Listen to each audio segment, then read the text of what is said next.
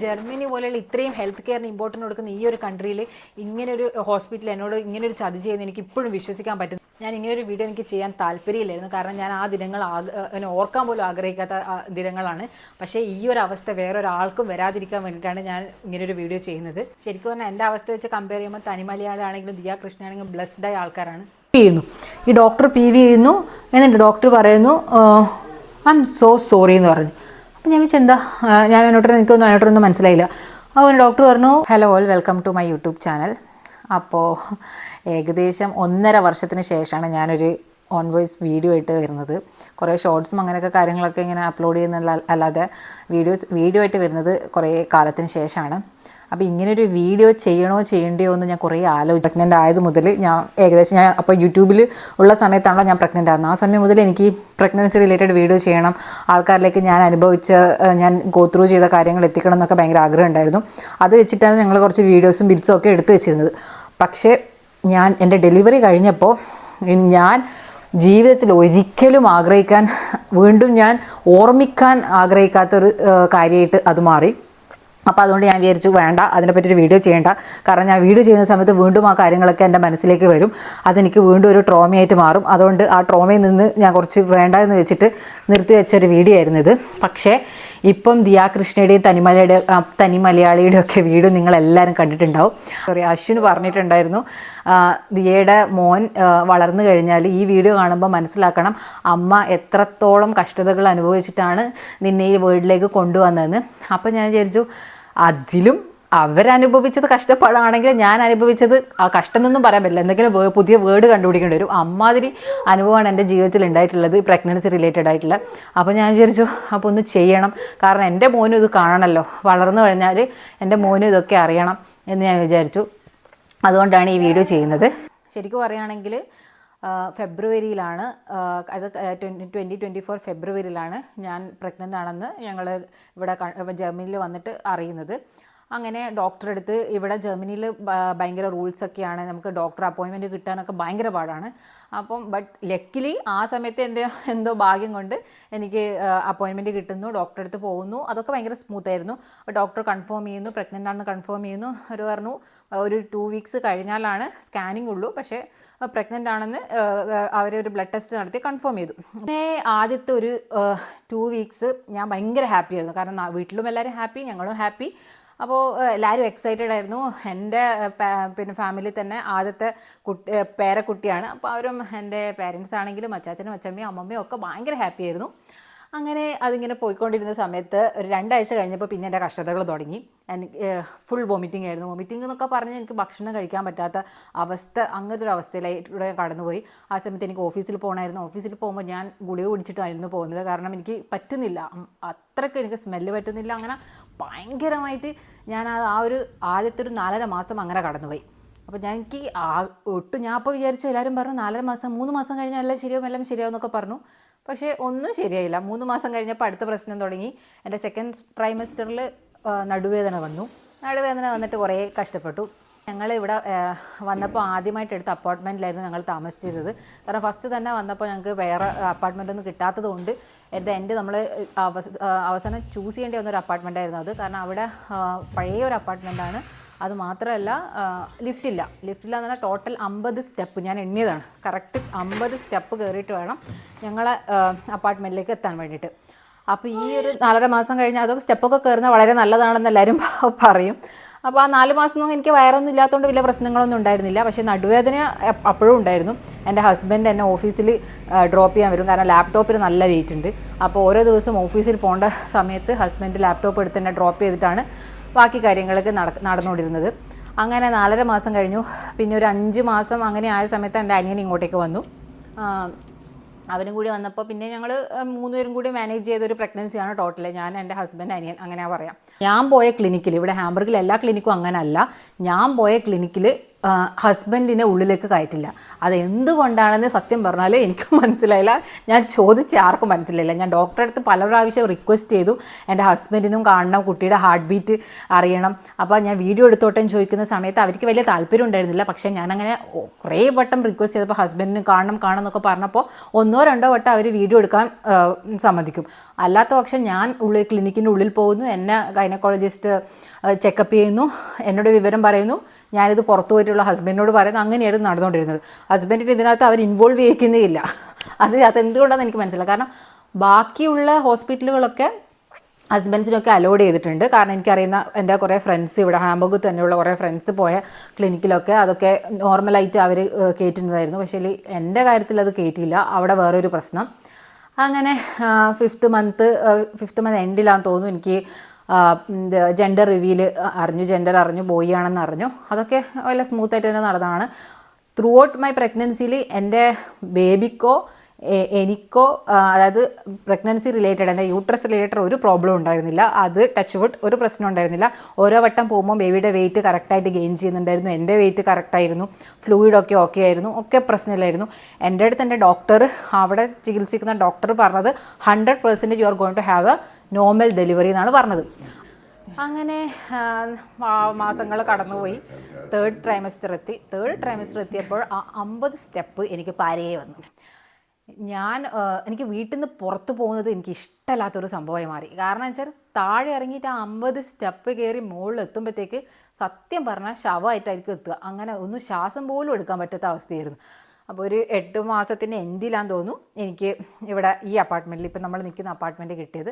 ഇവിടെ ലിഫ്റ്റ് ഉണ്ട്, കാര്യങ്ങളുണ്ട്. അപ്പോൾ ഭയങ്കര നല്ല അപ്പാർട്ട്മെൻറ്റാണ്. അപ്പോൾ ഞങ്ങൾ ഇവിടത്തേക്ക് ഷിഫ്റ്റ് ചെയ്ത് മാറി 8-ാം മാസം. പക്ഷെ ഞാൻ ഇവിടെ എന്ന് വെച്ചാൽ ഞാനും അനിയനും ഹസ്ബൻഡും ഉള്ളത്. ഞങ്ങൾ 3 പേരും മാറി മാറി കുക്ക് ചെയ്യലായിരുന്നു പരിപാടി. ഇവർ 2 പേരും ഉള്ളത് കൊണ്ട് എനിക്ക് പറയുകയാണെങ്കിൽ ഒരു 80% ഓക്കെ. ഈ കുക്കിങ്ങിൻ്റെ കാര്യത്തിലൊന്നും എനിക്ക് ടെൻഷൻ അടിക്കേണ്ടി വന്നിട്ടില്ല സത്യം പറഞ്ഞാൽ. കാരണം നമ്മൾ 3 പേർക്കും കുക്കിങ് ചെയ്യാനുള്ള മടിയോ അങ്ങനത്തെ കാര്യങ്ങളൊന്നും ഇല്ലായിരുന്നു. ഇങ്ങനെ എല്ലാവരും മാറി മാറി കുക്ക് ചെയ്യും എന്നൊക്കെയായിരുന്നു പോയിക്കൊണ്ടിരുന്നത്. അങ്ങനെ ഇവിടെ ജർമ്മനിയിലെ അടുത്തൊരു റൂളാണ്, നമ്മുടെ നാട്ടിലുള്ള പോലെയല്ല, നമ്മൾ 10 മാസം വരെ കാണിക്കുന്ന ഡോക്ടറായിരിക്കില്ല നമ്മളെ ഡെലിവറി എടുക്കുന്ന ഡോക്ടർ ഏതാണെന്ന് നമ്മൾ ആ ഡെലിവറി എടുക്കുന്ന ദിവസം മാത്രമേ അറിയൂ. അങ്ങനെ ആ ഒരു 8-ാമത്തെ മാസം നമ്മൾ, അതായത് 34 വീക്സിലാണ്, 8-ാമത്തെ മാസത്തിലെ 34 വീക്സിൽ നമ്മൾ ഒരു ഹോസ്പിറ്റൽ കണ്ടുപിടിക്കണം. ഇവിടെ ഒരു ഹോസ്പിറ്റൽ കണ്ടുപിടിച്ചിട്ട് അവിടെ രജിസ്റ്റർ ചെയ്യണം. അല്ല, ഞങ്ങൾ റിക്വസ്റ്റ് ചെയ്യണം എൻ്റെ ഡെലിവറി അവിടെ എടുക്കാൻ അവർക്ക് പറ്റുമോ, അവിടെ ബെഡ് അവൈലബിൾ ആയിരിക്കുമോ എന്നൊക്കെ പറഞ്ഞിട്ട് നമ്മൾ അവിടെ പോയി രജിസ്റ്റർ ചെയ്യണം. അങ്ങനെ ഞങ്ങൾ എൻ്റെ വീട്ടിൻ്റെ അടുക്കുന്ന ഒരു 20 മിനിറ്റ് കാറിൽ പോകേണ്ട ദൂരമുള്ള ഒരു ഹോസ്പിറ്റലിൽ അഡ്മിഷൻ എടുക്കുന്നു. ഒരു 34 വീക്സിൽ പോയി അഡ്മിഷൻ എടുക്കുന്നു. അവർ പറഞ്ഞു ഗ്യാരണ്ടി തരാനൊന്നും പറ്റില്ല. കാരണം അന്ന് എനിക്ക് എപ്പോഴാണോ ഡെലിവറി ഉള്ളത് അന്ന് അവിടെ ബെഡ് അവൈലബിൾ ആണെങ്കിൽ അങ്ങോട്ടേക്ക് വരാം, അല്ലെങ്കിൽ അവർ വേറെ ഏതെങ്കിലും ഹോസ്പിറ്റലിൽ വിളിച്ച് പറയും അങ്ങോട്ടേക്ക് പോകേണ്ടി വരും. ഞങ്ങൾ ചോദിച്ചു ഓക്കെ എല്ലാം വരുന്നവർക്ക് കാണാമെന്ന് വെച്ചിട്ട് നിന്നു.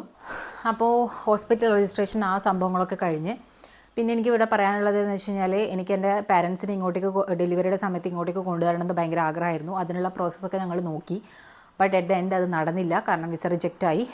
ഒരു നെയിമിൻ്റെ പ്രശ്നമുള്ളതുകൊണ്ട് അച്ഛൻ്റെ വിസ റിജക്റ്റായി. അങ്ങനെ അവർക്ക് ഇങ്ങോട്ടേക്ക് വരാൻ പറ്റില്ല എന്നുള്ളൊരു സത്യാവസ്ഥ ഞാൻ മനസ്സിലാക്കുമ്പോഴേക്കും വളരെ വൈകിപ്പോയിരുന്നു. കാരണം ആ സമയമാകുമ്പോഴത്തേക്ക് എനിക്ക് തിരിച്ച് നാട്ടിലേക്ക് ട്രാവൽ ചെയ്യാൻ പറ്റില്ല.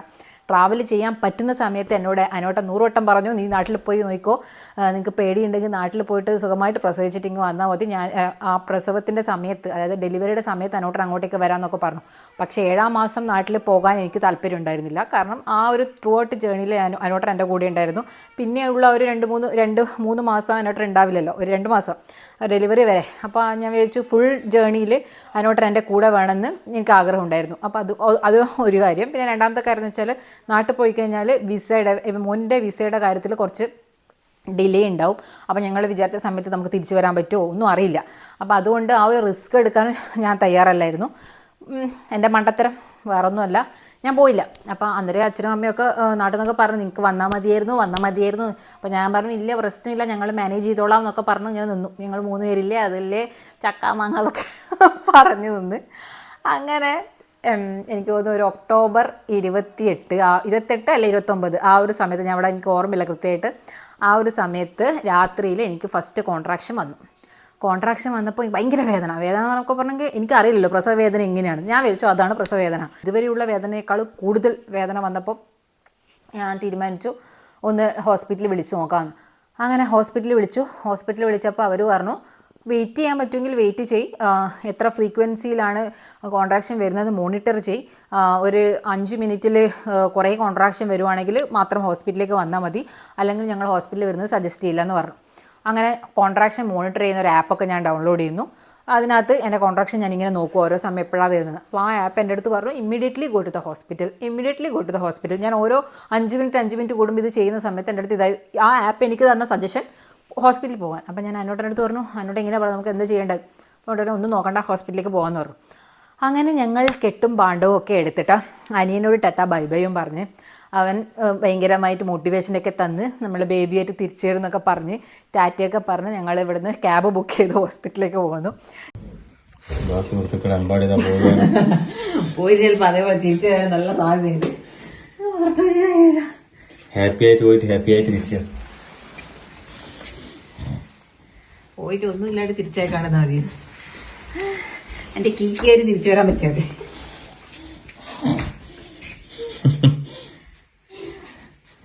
ഹോസ്പിറ്റലിൽ പോയിട്ട് അവരെ എന്നെ ചെക്ക് ചെയ്യുന്നതിന് മുന്നേ ഒരു അരമണിക്കൂർ നമ്മൾ വെയിറ്റ് ചെയ്യും. അവിടെ ഹെബാമാസ് ആണ് ഇവിടെ. ഹെബാമ എന്ന് പറയുന്നത് എന്താ, നേഴ്സുമാരെ ആണ് ഹെബാമ എന്ന് ഇവിടെ പറയുന്നത്. അപ്പോൾ അവിടെ ഡോക്ടർമാർ നമ്മൾ ഡയറക്റ്റ് പോയി ഡോക്ടർമാർ അടുത്തൊന്നുമല്ല പോവുക, ഈ ഹെബാമയാണ് നമ്മൾ ചെക്ക് ചെയ്യുക. ഹെബാമയെ ചെക്ക് ചെയ്തു. അതുപോലെ എനിക്കും ഇവിടെ ഒരു ഹെബാമ ഉണ്ടാവും. ഹെബാമയെ ഹയർ ചെയ്യാം. അത് നമ്മളെ ഇൻഷുറൻസിൽ തന്നെ ഉള്ളതാണ്, നമ്മൾ പേ ചെയ്യൊന്നും വേണ്ട, ഇൻഷുറൻസുകാർ തന്നെ തരുന്നതാണ്.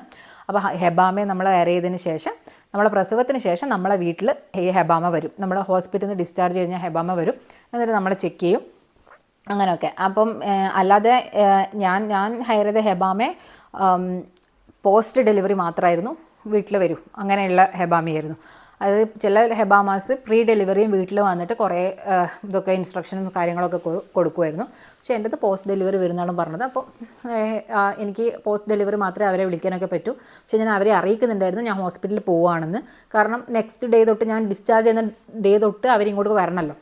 അപ്പോൾ അതൊക്കെ അറിയിച്ച് ഹോസ്പിറ്റലിലെത്തി. ഹലോ ഗായ്സ്, അങ്ങനെ ഹോസ്പിറ്റലിലെത്തിയിട്ടുണ്ട്. എന്താണെന്ന് പറഞ്ഞില്ല, ഇപ്പോൾ ഇവിടെ സമയം 10:30. നമ്മളൊരു ടാക്സിയും പിടിച്ച് ഇവിടെ എത്തി. ഇപ്പം അൻസീനെ ചെക്കപ്പിന് വേണ്ടിയിട്ട് ഇപ്പം കൊണ്ടുപോയിട്ടുണ്ട്. അപ്പം ഇനിയിപ്പോൾ തിരിച്ചയക്കുമെന്ന് അറിയില്ല ഇവിടുത്തെ അവസ്ഥ വെച്ചിട്ട്. അപ്പം നോക്കട്ടെ.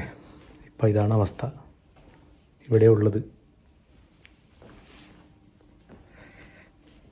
ഇവിടെയാണ് ഇപ്പം എന്നോട് ഇരിക്കാൻ പറഞ്ഞിട്ടുള്ളത്. വെയിറ്റിംഗ് റൂമായത്. ഇത്രയും വലിയ ബാഗും കാര്യമൊക്കെ എടുത്തിട്ടാണ് വന്നിന്.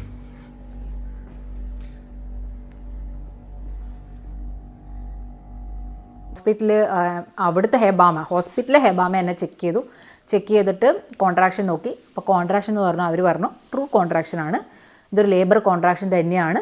ഞാൻ എൻ്റെ മോണിറ്ററിൽ എനിക്ക് കാണിച്ചു തന്നു ഹാർട്ട് ബീറ്റും കോൺട്രാക്ഷനും. അതൊക്കെ ആ സമയത്ത്, അതായത് 28-ാം തീയതി ആ കോൺട്രാക്ഷൻ്റെ ലെവൽ എന്ന് വെച്ചാൽ 100 മുകളിലായിരുന്നു. 100 മുകളിൽ എന്നൊക്കെ പറഞ്ഞാൽ ഭയങ്കര പെയിനുള്ള കോൺട്രാക്ഷനാണ്. അത് ഞാനിങ്ങനെ അനുഭവിച്ചുകൊണ്ടിരിക്കുന്നത്. എനിക്ക് പെയിൻ എന്നൊക്കെ പറഞ്ഞാൽ ഞാൻ വിചാരിച്ചാൽ അതാണ് എൻ്റെ പ്രസവ വേദന എന്ന് വിചാരിച്ചിരിക്കുന്ന അത്രക്ക് പെയിൻ. അങ്ങനെ ഹോസ്പിറ്റലിലെത്തി അവർ പറഞ്ഞു കോൺട്രാക്ഷൻ മാത്രം വന്നാൽ പോരാ, ഇത് എന്താണ് നമ്മളെ സെർവിക്സ് ഡൈലേറ്റ് ആവണം, അത് എത്രയായിരുന്നു ചെക്ക് ചെയ്യണമെന്ന് പറഞ്ഞു. അപ്പോൾ അവർ PV ചെയ്തു. അപ്പോൾ PV ചെയ്യാന്ന് പറയുന്നത് അതൊരു എൻ്റെ അമ്മോ എനിക്ക് ആലോചിക്കാൻ പറ്റുന്നത്. എനിക്കൊന്ന് ആ ഹോസ്പിറ്റലിലുള്ള എല്ലാ ഹെബാമാസും എൻ്റെ PV ചെയ്തിട്ടുണ്ടാവും. എനിക്ക് ടോട്ടലി എൻ്റെ പ്രഗ്നൻസിയിൽ എനിക്കൊരു മാക്സിമം ഒരു 15 PV എങ്കിലും എനിക്ക് ചെയ്തിട്ടുണ്ടാവും. അത് PV ചെയ്ത ആൾക്കാർക്ക് അറിയാം അതിൻ്റെ പെയിൻ എന്താണെന്ന്. പ്രസവത്തിനേക്കാളും പെയിനുള്ള പോലെയാണ് എനിക്ക് ചിലപ്പോൾ തോന്നിയ PV. ഓരോരോ ആൾക്കാർ വന്നിട്ട് എത്ര സെൻറ്റിമീറ്റർ ഡൈലേറ്റ് ആയി എന്നിങ്ങനെ ചെക്ക് ചെയ്യുന്ന സമയത്തുള്ള ആ ഒരു പെയിൻ എന്ന് പറഞ്ഞാൽ സഹിക്കാൻ പറ്റാത്ത പെയിനാണ്. അത് അനുഭവിച്ചവർക്ക് ശരിക്കും മനസ്സിലാവും. അങ്ങനെ ഇവർ PV ചെയ്യുന്നു. അവർ പറഞ്ഞു ജസ്റ്റ് 1.5 സെൻറ്റിമീറ്റർ ഡയലേറ്റഡാണ് ഞാൻ, അതുകൊണ്ട് ഒരു കാര്യമില്ല. 4 അല്ലെങ്കിൽ അതിൽ എബവ് ഡയലേറ്റഡ് ആയ ആൾക്കാരെ മാത്രമേ അവർ അഡ്മിറ്റ് ചെയ്യുള്ളൂ. Contraction plus 4 or 5 centimetre dilation വേണമെന്ന്. അപ്പോൾ ഞാൻ പറഞ്ഞു ഓക്കെ. അപ്പോൾ അവർ ഞങ്ങളോട് സജസ്റ്റ് ചെയ്തു. പക്ഷേ എനിക്ക് പെയിന് പോകാത്തതുകൊണ്ട് എനിക്ക് വീട്ടിലേക്ക് തിരിച്ചു പോകാനും എനിക്ക് പേടി. കാരണം പോയിട്ട് നമുക്ക് സ്വന്തമായിട്ട് കാറില്ലല്ലോ. അപ്പോൾ ആ ഒരു സമയത്ത് പെട്ടെന്ന് പെയിൻ വേറെ എന്തെങ്കിലും വന്നോ, ബ്ലീഡിങ് അറ്റം വന്നു കഴിഞ്ഞ് കഴിഞ്ഞാൽ പെട്ടെന്ന് എടുത്ത് ഹോസ്പിറ്റലിലേക്ക് പോയില്ല എൻ്റെ ബേബിക്ക് എന്തെങ്കിലും സംഭവിക്കുമോ എന്നുള്ളൊരു പേടിയായിരുന്നു എൻ്റെ മനസ്സിലെപ്പോഴും. അപ്പോൾ എനിക്ക് ഹോസ്പിറ്റലിൽ നിന്ന് വീട്ടിലേക്ക് തിരിച്ച് വരുന്നത് ആലോചിക്കുമ്പോൾ തന്നെ പേടിയായിരുന്നു. അപ്പോൾ ഞങ്ങൾ റിക്വസ്റ്റ് ചെയ്തു ഒന്നുകൂടി നോക്കാൻ വേണ്ടിയിട്ട്. അവർ പറഞ്ഞു ഒരു 2 hour നടന്നിട്ട് വരാൻ വേണ്ടിയിട്ട്. അങ്ങനെ 2 hour നടന്നു. അതിൻ്റെയൊക്കെ ഫൂട്ടേജ് ഇവിടെ ഉണ്ട്, അതൊക്കെ ഇപ്പോൾ ഞങ്ങൾ കാണിച്ചു തരാം. അങ്ങനെ ആ ദിവസം അങ്ങനെ 2 hour നടന്ന് അവർ വീണ്ടും ചെക്ക് ചെയ്തു, ഒരു മാറ്റമില്ല, 1.5 തന്നെ സെൻറ്റിമീറ്റർ ഡയലേഷൻ. അപ്പോൾ എൻ്റെ ഹോപ്പൊക്കെ പോയി. എന്നിട്ട് അവർ പറഞ്ഞു പക്ഷേ പെയിന് ഭയങ്കരമായിട്ടുള്ളതുകൊണ്ട് അവർ പറഞ്ഞു മോർണിംഗ് വരെ ഇവിടെ ഒബ്സർവേഷനിൽ നിർത്താം, കാരണം നിങ്ങൾക്ക് ഞാൻ പറഞ്ഞു എനിക്ക് കാറില്ല, പെട്ടെന്ന് എനിക്ക് വരാൻ പറ്റില്ല, 20 മിനിറ്റ് ഉണ്ട് ദൂരം എന്നൊക്കെ പറഞ്ഞപ്പോൾ അവർ പറഞ്ഞു ഓക്കെ, ആ ഒരു കാരണം കൺസിഡറേഷൻ കൊണ്ട് നിങ്ങൾ ഇന്നൊരു രാത്രി ഇവിടെ കിടന്നോ, എന്നിട്ട് നാളെ രാവിലെ ഒന്നുകൂടി നോക്കാം, PV ചെയ്ത് നോക്കാം, അപ്പോൾ എന്താണ് അതിനനുസരിച്ച് തീരുമാനിക്കാമെന്ന് പറഞ്ഞു. അപ്പം സാധാരണ ഈ ഹോസ്പിറ്റലിൽ ഹസ്ബൻഡ്സിനെ രാത്രി കിടക്കാൻ അലോഡ് ചെയ്യില്ല. പക്ഷേ അന്ന് എനിക്ക് കിട്ടിയ റൂമിൽ വേറൊരാൾ അന്ന് തന്നെ ഡിസ്ചാർജ് ചെയ്ത് പോയതുകൊണ്ട്, അതായത് ഒരു റൂമിൽ 2 പേരെ ഉണ്ടാവുക, 2 ഡെലിവറി ചെയ്യേണ്ട ആൾക്കാരുണ്ടാവും. അതിനകത്ത് ഒരു ബെഡ് എനിക്കും ഒരു ബെഡ് ആ ഒരു സ്ത്രീക്കുമാണ് ഉണ്ടാവുക, ആ ഒരു ലേഡിക്കും ഉണ്ടാവും. അപ്പോൾ അന്ന് ആ 2ാമത്തെ ബെഡിലുള്ള ആൾ അന്ന് തന്നെ ഡിസ്ചാർജ് ആയി പോയതുകൊണ്ട് ആ ബെഡ് അവൈലബിൾ ആയതുകൊണ്ടും വേറൊരാൾ അങ്ങോട്ടേക്ക് വരാത്തത് കൊണ്ടും അനുവേട്ടനോട് അവിടെ കിടന്നോന്ന് പറഞ്ഞു. അങ്ങനെ ഞങ്ങൾ രണ്ടുപേരും അവിടെ നിന്നെങ്കിൽ രാവിലെ ആയപ്പോഴത്തേക്ക് എനിക്ക് പെയിൻ കുറച്ച്, ഇന്നലെ രാത്രിത്തെ അത്ര പെയിനില്ല സത്യം പറഞ്ഞാൽ, ഒരു 40 ആ ഒരു റേഞ്ചിലൊക്കെ ആയി, പിന്നെ ഒരു 20 എത്തി പെയിൻ നോക്കുന്ന സമയത്ത്. അപ്പോൾ അവർ വീണ്ടും വന്ന് PV ആക്കിയതിലപ്പോൾ പറഞ്ഞു 1.5 മാത്രമേ ഉള്ളൂ. പിന്നെ ഒന്നാമത് ഇത് ഡ്യൂ ഡേറ്റിൻ്റെ മുന്നെയാണ്, November 2 എൻ്റെ ഡ്യൂ ഡേറ്റ്, ഞാൻ പോകുന്നത് October എൻഡിലാണ്. അപ്പോൾ അവർ പറഞ്ഞു ഡ്യൂ ഡേറ്റിന് മുന്നേ ആയതുകൊണ്ട് അവർ തീരെ അവിടെ അഡ്മിറ്റ് ചെയ്യാൻ സജസ്റ്റ് ചെയ്യില്ല എന്ന് പറഞ്ഞു. ഇവിടെ പിന്നെ ജർമ്മനിയിലെ അടുത്തൊരു റൂളാണ്, ഡ്യൂ ഡേറ്റ് കഴിഞ്ഞിട്ടും, അതായത് ഡ്യൂ ഡേറ്റ് കഴിഞ്ഞിട്ട് 2 വീക്സ് അവർ വെയിറ്റ് ചെയ്യും. അതായത് നോർമൽ ഡെലിവറിക്ക് വേണ്ടി 2 വീക്സ് വെയിറ്റ് ചെയ്യും. അതിനിടയിൽ പോയിട്ട് നമുക്ക് സിസേറിയൻ ചെയ്യണം എന്നൊക്കെ നമ്മുടെ നാട്ടിലുള്ള പോലെ റിക്വസ്റ്റ് ചെയ്താൽ ചെയ്യുന്ന പരിപാടിയൊന്നും ഇവിടെ ഇല്ല. അവർ ആ 2 വീക്സ് കഴിഞ്ഞിട്ടും ഒന്നും നടക്കുന്നില്ലെങ്കിൽ മാത്രമേ അവരുടെ സിസേറിയൻ്റെ കാര്യം ചിന്തിക്കുക പോലുള്ളൂ. അപ്പോൾ എൻ്റെ ഡ്യൂ ഡേറ്റ് ഇനിയും ഉണ്ടല്ലോ ഒരു 2-3 ദിവസം. അവർ പറഞ്ഞു വീട്ടിൽ പോയിട്ട് റിലാക്സ് ചെയ്യും, കുറച്ച് നടക്കൂ, അങ്ങനെ ഇങ്ങനെയൊക്കെ പറഞ്ഞു. അപ്പോൾ ഞങ്ങൾ വീട്ടിലേക്ക് തിരിച്ചു വരുന്നു. ആ October 27 ശേഷം പിന്നെ ഞാൻ എൻ്റെ ഡെലിവറി ഡേറ്റ് വരെ ഞാൻ ഉറങ്ങിയിട്ടില്ല എന്ന് പറഞ്ഞാൽ സത്യം പറഞ്ഞാൽ ലിറ്ററലി ഞാൻ ഉറങ്ങിയിട്ടില്ല. എല്ലാ ദിവസവും രാത്രി പെയിൻ ഉണ്ടാവും, എല്ലാ ദിവസവും പെയിൻ എന്ന് വെച്ച് കഴിഞ്ഞാൽ എനിക്ക് ഉറങ്ങാൻ പറ്റാതെ ഞാൻ സോഫയിൽ വന്നിരിക്കും, ഹസ്ബൻഡ് അവിടെ വന്നിട്ട് എൻ്റെ കാല് ഞെക്കി തരലും ഇതാക്കി തരലും, അല്ലെങ്കിൽ കുറച്ച് അനിയും വരും, അങ്ങനെയുള്ളൊരവസ്ഥയാണ്. എനിക്ക് ഉറങ്ങാൻ പറ്റാത്ത അവസ്ഥയായി. പിന്നെ പകലൊക്കെ 1-2 മണിക്കൂർ എനിക്ക് അങ്ങനെ ഉറങ്ങിക്കഴിഞ്ഞാലുള്ള ഉറക്കം മാത്രമേ ഉള്ളൂ. പിന്നെ എനിക്ക് വയറ് ഭയങ്കരമായിട്ടുണ്ടായിരുന്നു സത്യം പറഞ്ഞാൽ. വലിയ വയറായതുകൊണ്ട് എനിക്ക് കിടക്കാനും ബുദ്ധിമുട്ട്, നടുവേദനയും ഒക്കെ ആയിട്ട് ഈ പെയിനും കൂടി എല്ലാ ദിവസവും രാത്രിയാണ് പെയിൻ കൂടുതൽ വരികയും ചെയ്യുക. ആ ഒരു സമയത്ത് എനിക്ക് ഉറക്കം എന്നുള്ള സംഭവമില്ല. പിന്നെയെന്ന് വെച്ചാൽ എൻ്റെ ബേബി എൻ്റെ വയറ്റിൽ കിടന്നുള്ള മൂവ്മെൻറ്റ് നിങ്ങൾ പറഞ്ഞാൽ എനിക്ക് വിശ്വസിക്കുമല്ലോ എന്നറിയില്ല, അങ്ങനെ അനുഭവിച്ച അമ്മമാരുണ്ടാവുമായിരിക്കും. ഭയങ്കര മൂവ്മെൻ്റ് ആയിരുന്നു. മൂവ്മെൻ്റ് എന്ന് വെച്ചാൽ ചവിട്ടലും കുത്തലും എന്തൊക്കെയോ. അപ്പോൾ എനിക്ക് ഈ വയറിനകത്തൊരു സുനാമി നടക്കുന്ന ഒരു ഫീലിംഗ് ആയിരുന്നു എനിക്കുണ്ടായിരുന്നത്. അപ്പോൾ അങ്ങനെ ഒരു ഫീലിങ്ങിൽ എനിക്ക് ഉറങ്ങാൻ പറ്റുമോ അറിയില്ല, ബാക്കിയുള്ള ആൾക്കാർ ഇങ്ങനെ ഉറങ്ങാൻ പറ്റും, എനിക്ക് ഉറങ്ങാൻ പറ്റിയില്ല സത്യം പറഞ്ഞാൽ. അപ്പോൾ അങ്ങനെ ആ 27-ാം തീയതി മുതൽ ഞാൻ ഇതായിരുന്നു അനുഭവിച്ചുകൊണ്ടിരുന്നത്. വേറെ ഒരു കഷ്ടപ്പാട് ഞാൻ അനുഭവിച്ചതെന്ന് വെച്ച് കഴിഞ്ഞാൽ, ഇത്രയും വലിയ വയറും വെച്ച് അതായത് എൻ്റെ ഡ്യൂ ഡേറ്റ് കഴിഞ്ഞു, November 2 എൻ്റെ ഡ്യൂ ഡേറ്റിന് അന്ന് എനിക്ക് എൻ്റെ ക്ലിനിക്കിൽ, അതായത് ഹോസ്പിറ്റലല്ല, ഞാൻ ആദ്യം പോയ ക്ലിനിക്കിൽ എനിക്ക് അപ്പോയിൻമെൻറ്റ് ഉണ്ടാവും. അവിടെ പോയിട്ട് ആ ഗൈനക്കോളജിസ്റ്റ് എൻ്റെ വയറ് ചെക്ക് ചെയ്യും, സെർവിക്സ് അവിടുന്ന് PV ചെയ്യും, അവരും PV ചെയ്തപ്പോഴും 1.5 സെൻറ്റിമീറ്റർ മാത്രമേ ഡയലേഷൻ ഉള്ളൂ. അപ്പോൾ അവർ പറഞ്ഞു, ഞാൻ പറഞ്ഞു എനിക്ക് പെയിൻ ദിവസവും രാത്രി വരുന്നുണ്ട്, എനിക്ക് എന്താ ചെയ്യേണ്ടതെന്ന് മനസ്സിലാവുന്നില്ല, ഞാൻ സിസേറിയൻ എനിക്ക് ഓപ്റ്റ് ചെയ്യാനുള്ള വല്ല ഓപ്ഷൻ ഉണ്ടോ ഇവിടെ എന്ന് ഞാൻ ചോദിച്ചു. കാരണം November 2 കഴിഞ്ഞല്ലോ. അപ്പോൾ അവർ പറഞ്ഞു it's not at all possible എന്ന് പറഞ്ഞു. അങ്ങനത്തെ ഒരു സംഭവം ജർമ്മനിയിലില്ല, നിങ്ങൾക്ക് പോയി റിക്വസ്റ്റ് ചെയ്തിട്ട് സിസേറിയൻ കിട്ടുന്ന ഒരു അവസ്ഥ ഇവിടെ ഇല്ല. എപ്പോഴാണോ ഒന്നുകിൽ നിങ്ങളെ വാട്ടർ ബ്രേക്ക് ചെയ്യണം, അല്ലെങ്കിൽ നിങ്ങൾ ബ്ലീഡിങ് ഉണ്ടാവണം. അങ്ങനത്തെ ഒരു സാഹചര്യത്തിൽ മാത്രമേ അവർ ഡ്യൂ ഡേറ്റ് കഴിഞ്ഞിട്ട് 1-2 ദിവസത്തിനുള്ളിൽ ഇങ്ങനത്തെ C-സെക്ഷനൊക്കെ നോക്കുള്ളൂ എന്ന് പറഞ്ഞു. അപ്പോൾ ഞാൻ പറഞ്ഞു ഓക്കെ. അവിടുന്ന് ഡിസപ്പോയിൻറ്റഡായി തിരിച്ചു വരുന്നു. ഈ ക്ലിനിക്കിലേക്ക് പോകണമെങ്കിൽ എൻ്റെ വീട്ടിൽ നിന്ന് ഒരു ബസ്, ഒരു ട്രെയിന്, പിന്നെ ഒരു 15 മിനിറ്റ് നടത്തം. ഞാൻ ഡോക്ടറെ കാണുന്നതിന് മുന്നേ നേരെ ബാത്റൂമിലാണ് ഞാൻ പോകാറുള്ളത്. കാരണം ആ ഒരു സമയത്ത് എല്ലാവർക്കും അറിയായിരിക്കും വയറ് വീർത്ത് കഴിഞ്ഞാൽ ഈ യൂറിൻ പിടിച്ച് വെക്കുക എന്നുള്ള സംഭവം എന്ന് വെച്ച് കഴിഞ്ഞാൽ ഭയങ്കര കഷ്ടമാണ്. ആ ഒരു സമയത്ത് ഞാൻ അങ്ങനെ അനുഭവിച്ചു ആ ക്ലിനിക്കിലേക്ക് പോകേണ്ട യാത്ര. അപ്പോൾ ഞാൻ എൻ്റെ ഡോക്ടറെ അടുത്ത് റിക്വസ്റ്റ് ചെയ്തു, ഇനി ഞാൻ ഹോസ്പിറ്റലിൽ പോയാൽ പോരാ, കാരണം ഹോസ്പിറ്റലിന് അടുത്ത്, ക്ലിനിക്കിൽ എത്തേണ്ടേക്ക് 1 hour ട്രാവൽ ഉണ്ട്, ഹോസ്പിറ്റലാണെങ്കിൽ ജസ്റ്റ് ഈ 20 മിനിറ്റ്സേ ഉള്ളൂ. അപ്പോൾ ഞാൻ ഇനി ഹോസ്പിറ്റലിൽ പോയാൽ പോരെ, ഞാൻ ഇങ്ങോട്ടേക്ക് വരേണ്ട ആവശ്യമുണ്ടോ? അപ്പോൾ പറഞ്ഞ അടുത്ത റൂള് ജർമ്മനിയിലെ നല്ലൊരു റൂൾ എന്ന് വെച്ച് കഴിഞ്ഞാൽ, നമ്മൾ പ്രസവിക്കുന്ന ആ ദിവസം മാത്രമേ ഹോസ്പിറ്റലിൽ പോകാൻ പാടുള്ളൂ, അല്ലെങ്കിൽ ഈ ക്ലിനിക്കിലാണ് നമ്മൾ വരേണ്ടത്. അതുമാത്രം അടുത്ത റൂൾ എന്ന് വെച്ച് കഴിഞ്ഞാൽ, ഡ്യൂ ഡേറ്റ് കഴിഞ്ഞതുകൊണ്ട് ഓരോ അൾട്ടർനേറ്റ് ഡേയ്സിലും എനിക്ക് ഈ ക്ലിനിക്കിൽ വന്നിട്ട് ചെക്കപ്പ് ചെയ്യണം. എൻ്റെ ഫ്ലൂയിഡ് ഓക്കെ ആണോ, ബേബിയുടെ ഹാർട്ട് റേറ്റ് ഓക്കെ ആണോ, ഒക്കെ അത് എത്ര സെർവിക്സ് ഡയലേറ്റ് ആയി, അതൊക്കെ ഓരോ ദിവസം കഴിയുമ്പോൾ, അതായത് ഒരു ദിവസം ഇടവിട്ടിട്ട് ഞാൻ ഹോസ്പിറ്റലിൽ പോയിട്ട് ഇത് ചെക്ക് ചെയ്യണം. അതും കൂടി കേട്ടപ്പോൾ എനിക്ക് എന്താ ട്രോമയാണ്, എനിക്ക് ഏത് അവസ്ഥയിലാണ് ഞാൻ എത്തിയെന്ന് എനിക്കറിയില്ല. ഞാൻ ദൈവത്തോട് പ്രാർത്ഥിക്കുകയായിരുന്നു, ദൈവമേ എൻ്റെ വാട്ടർ ബ്രേക്ക് ആവണേ, അല്ലെങ്കിൽ എന്തെങ്കിലും കൊണ്ട് എനിക്കൊരു വേദന വന്നിട്ട് ഇവനെ എങ്ങനെയെങ്കിലും എനിക്ക് പുറത്ത് വരണം എന്നായിരുന്നു ആഗ്രഹം. കാരണം രാത്രി ഉറക്കില്ല, അതുകൂടാതെ ഓരോരോ ദിവസം ഇടവിട്ട് ഈ ഒരു മണിക്കൂർ ട്രാവൽ ചെയ്ത് ആ ഹോസ്പിറ്റലിൽ പോകണം, തിരിച്ചു വരണം. ഇതൊക്കെ ഭയങ്കര കഷ്ടമുള്ള കാര്യമായിരുന്നു ആ വയറും വെച്ചുകൊണ്ട് ഇത് ചെയ്യുന്നത്. ഒരാഴ്ച കഴിഞ്ഞു. ഈ പെയിൻ രാത്രി ഓരോ ദിവസവും വരും. ഞാൻ പെയിന് വരുമ്പോൾ ഇവിടെ വന്ന് ഈ സോഫയിൽ തന്നെയാണ് ഞാൻ കിടക്കുക. ഈ ആപ്പ് ഓണാക്കി പെയിന് വരുന്നത് സമയത്ത് കിടക്കും. അപ്പോൾ അവർ immediately go to the hospital. അങ്ങനെ ഒരു 2-3 ദിവസം പറഞ്ഞു. അപ്പോൾ എനിക്ക് മടുത്തത് കണ്ടിട്ട് ഞാനത് ആക്കാതെയായി. അങ്ങനെ പിന്നെ ഒരു ദിവസം ഭയങ്കര വേദന വന്നു. ഇതേപോലെ തന്നെ രാത്രി ഭയങ്കര എന്ന് വെച്ച് കഴിഞ്ഞാൽ ഞാൻ വെച്ചു ആദ്യത്തെ പ്രസവ വേദന ഞാൻ വിചാരിച്ചെങ്കിൽ ഇത് അതിലും വലിയ വേദന വന്നു. അപ്പോൾ ഞാൻ വെച്ച് ഇത് തന്നെയാണ് പ്രസവ വേദന. അങ്ങനെ ഹോസ്പിറ്റലിലേക്ക് 2ാമത്തെ റൗണ്ടിലേക്ക് എൻസി കടന്നിരിക്കുകയാണ്. ഫസ്റ്റ് റൗണ്ട് ക്ലീൻ ബൗൾഡായി പോയി, തിരിച്ചയക്കുകയാണ് ചെയ്തത് ഫസ്റ്റ് റൗണ്ട്. ഇത് സെക്കൻഡ് റൗണ്ടിലേക്ക് വീണ്ടും വന്നിട്ടുണ്ട്. സെക്കൻഡ് റൗണ്ടിലേക്ക് വീണ്ടും വന്നിട്ട് ഇതാ ഇങ്ങനെ ഇരിക്കുന്നുണ്ട്. ഇനിയിപ്പോൾ ടെസ്റ്റ് ചെയ്യാൻ വേണ്ടിയിട്ട് ഉള്ളിൽ പോകണം. അതിൻ്റെ തരിപ്പിലിരുന്നിട്ടാണ് ഉള്ളത്. ഇപ്രാവശ്യം ഔട്ടാവില്ലെന്ന് പ്രതീക്ഷിക്കാം. Let's see. ഒരു കൊല്ലത്തേക്കുള്ള സാധനം എടുത്തിട്ട് വന്നിന്. കാണുന്നില്ലേ, ബംഗാളികൾ വരുന്നവരെ വന്നതാണ്. ഇത് മൊത്തം നമ്മളെ ഐറ്റംസാണ്.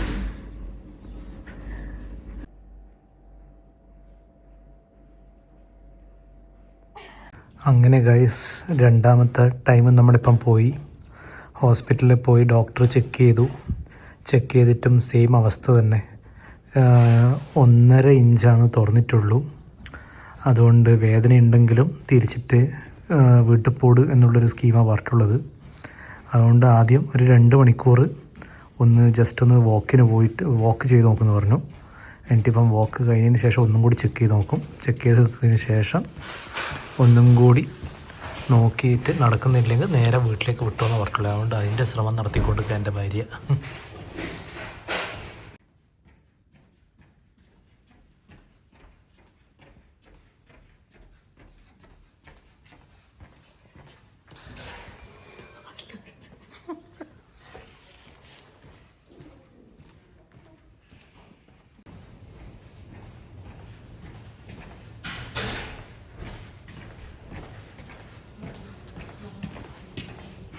അതാണ് ആ ധൈര്യം. ഈ ധൈര്യം ഞാൻ ചാൾസ് ശോഭരാജിലും ഇവളിലും മാത്രമേ കണ്ടിട്ടുള്ളൂ. അങ്ങനെ ആ സമയത്ത് PV ചെക്ക് ചെയ്തപ്പോൾ ബ്ലീഡിങ് ആയി. എനിക്ക് ബ്ലീഡിങ് വന്നു. ഇത് കണ്ടപ്പോൾ പിന്നെ എൻ്റെ ഫുൾ ഔട്ടായി. ഞാൻ പേടിച്ച് വറച്ചെന്നൊക്കെ പറഞ്ഞ സംഭവമായിരുന്നത്. കാരണം ഞാൻ ബാത്റൂമിൽ പോയിട്ട് യൂറിൻ പാസ് ചെയ്യാൻ വേണ്ടി ബാത്റൂമിൽ പോയപ്പോഴാണ് കാണുന്നത് ഫുൾ ബ്ലഡ്. അപ്പം ഞാൻ പേടിച്ചുകൊണ്ട് ഹെബാമയുടെ അടുത്ത് തിരിച്ചു വന്നിട്ട് പറഞ്ഞു ഇപ്പം ബ്ലഡ് വന്നു. അപ്പോൾ ഞാൻ വിചാരിച്ചു എന്തായാലും അഡ്മിറ്റ് ആക്കും അവർ, കാരണം ബ്ലഡ് കണ്ടല്ലോ. അപ്പോൾ അവർക്ക് ഫോട്ടോ എടുത്ത് കാണിച്ചു കൊടുത്തു, ഇത്രയധികം ബ്ലഡ് വന്നു. അപ്പോൾ അവർ ഞങ്ങൾ ചെക്ക് ചെയ്യട്ടെ എന്ന് പറഞ്ഞു. അവർ ചെക്ക് ചെയ്തു. അപ്പോൾ പറഞ്ഞു ഇതൊന്നും പ്രശ്നമില്ല, അത് PV ചെയ്യുമ്പം എവിടെയെങ്കിലും ആരെങ്കിലും കൈ കൊണ്ട് സ്ക്രാച്ചോ അങ്ങനെ എന്തെങ്കിലും സംഭവിച്ചുകൊണ്ട് ആയിരിക്കാം, അല്ലെങ്കിൽ ചെറിയൊരു ബ്ലീഡിങ് ആണ്, ഇതൊന്നും ഒരു ബ്ലീഡിങ് ആയിട്ട് കണക്കാക്കില്ല, അതുകൊണ്ട് ഇതിനൊന്നും അഡ്മിഷൻ ചെയ്യാൻ പറ്റില്ല. ഇപ്പോഴും നിങ്ങൾ 2 സെൻറ്റിമീറ്റർ മാത്രമേ ഡയലേറ്റഡ് ആയിട്ടുള്ളൂ, നിങ്ങൾ വീണ്ടും ഒരു വണ്ടിയിൽ 1-2 മണിക്കൂർ നടന്നിട്ട് തിരിച്ചു വാ, എന്നിട്ട് ഒന്നും കൂടി ചെക്ക് ചെയ്യാമെന്ന് പറഞ്ഞു. അങ്ങനെ വീണ്ടും 2ാം തവണയും നമ്മൾ മടങ്ങുകയാണ്. ഇതാ 2 ശശികൾ മടങ്ങുകയാണ്. എങ്ങനെ എല്ലാം നഷ്ടപ്പെട്ടിട്ടുള്ള മുഖമാണിത്. ഇപ്രാവശ്യം നോക്കുമ്പോൾ വീണ്ടും ട്രൈ ചെയ്ത് നോക്കുമ്പോൾ ഡോക്ടർ പറഞ്ഞു, അല്ല ഇവിടെ ചെക്ക് ചെയ്ത് നോക്കുമ്പോൾ നേരത്തെ ഒരു 140 വേദനയുള്ളത് ഇപ്പം നോക്കുമ്പോൾ 5-6 വേദനയുള്ളത്. അതുകൊണ്ട് ഇതാ ശശിയായിട്ട് മധുരം നിന്നുകൊണ്ട് നടക്കുന്നു. ശരി, ഇനി 3ാമത്തെ പ്രാവശ്യം വന്നിട്ട് ഇനി എന്താണെന്ന് കാണാം. ശശിയായി ഞങ്ങൾ രണ്ടുപേരും മടങ്ങി. എല്ലാ പ്രാവശ്യവും പോകുമ്പോൾ ഈ കെട്ടും പാണ്ടൊക്കെ എടുത്തിട്ടാണ് നമ്മൾ പോവുക. അത് കഴിഞ്ഞ് വീണ്ടും തിരിച്ചു വന്ന് പിന്നെ എനിക്ക് മടുത്ത് സത്യം പറഞ്ഞാൽ എപ്പോഴെങ്കിലും ഇവൻ വരുന്ന സമയത്ത് വരട്ടെ എന്നുള്ളൊരു ചിന്താഗതിയാണ് എനിക്ക്.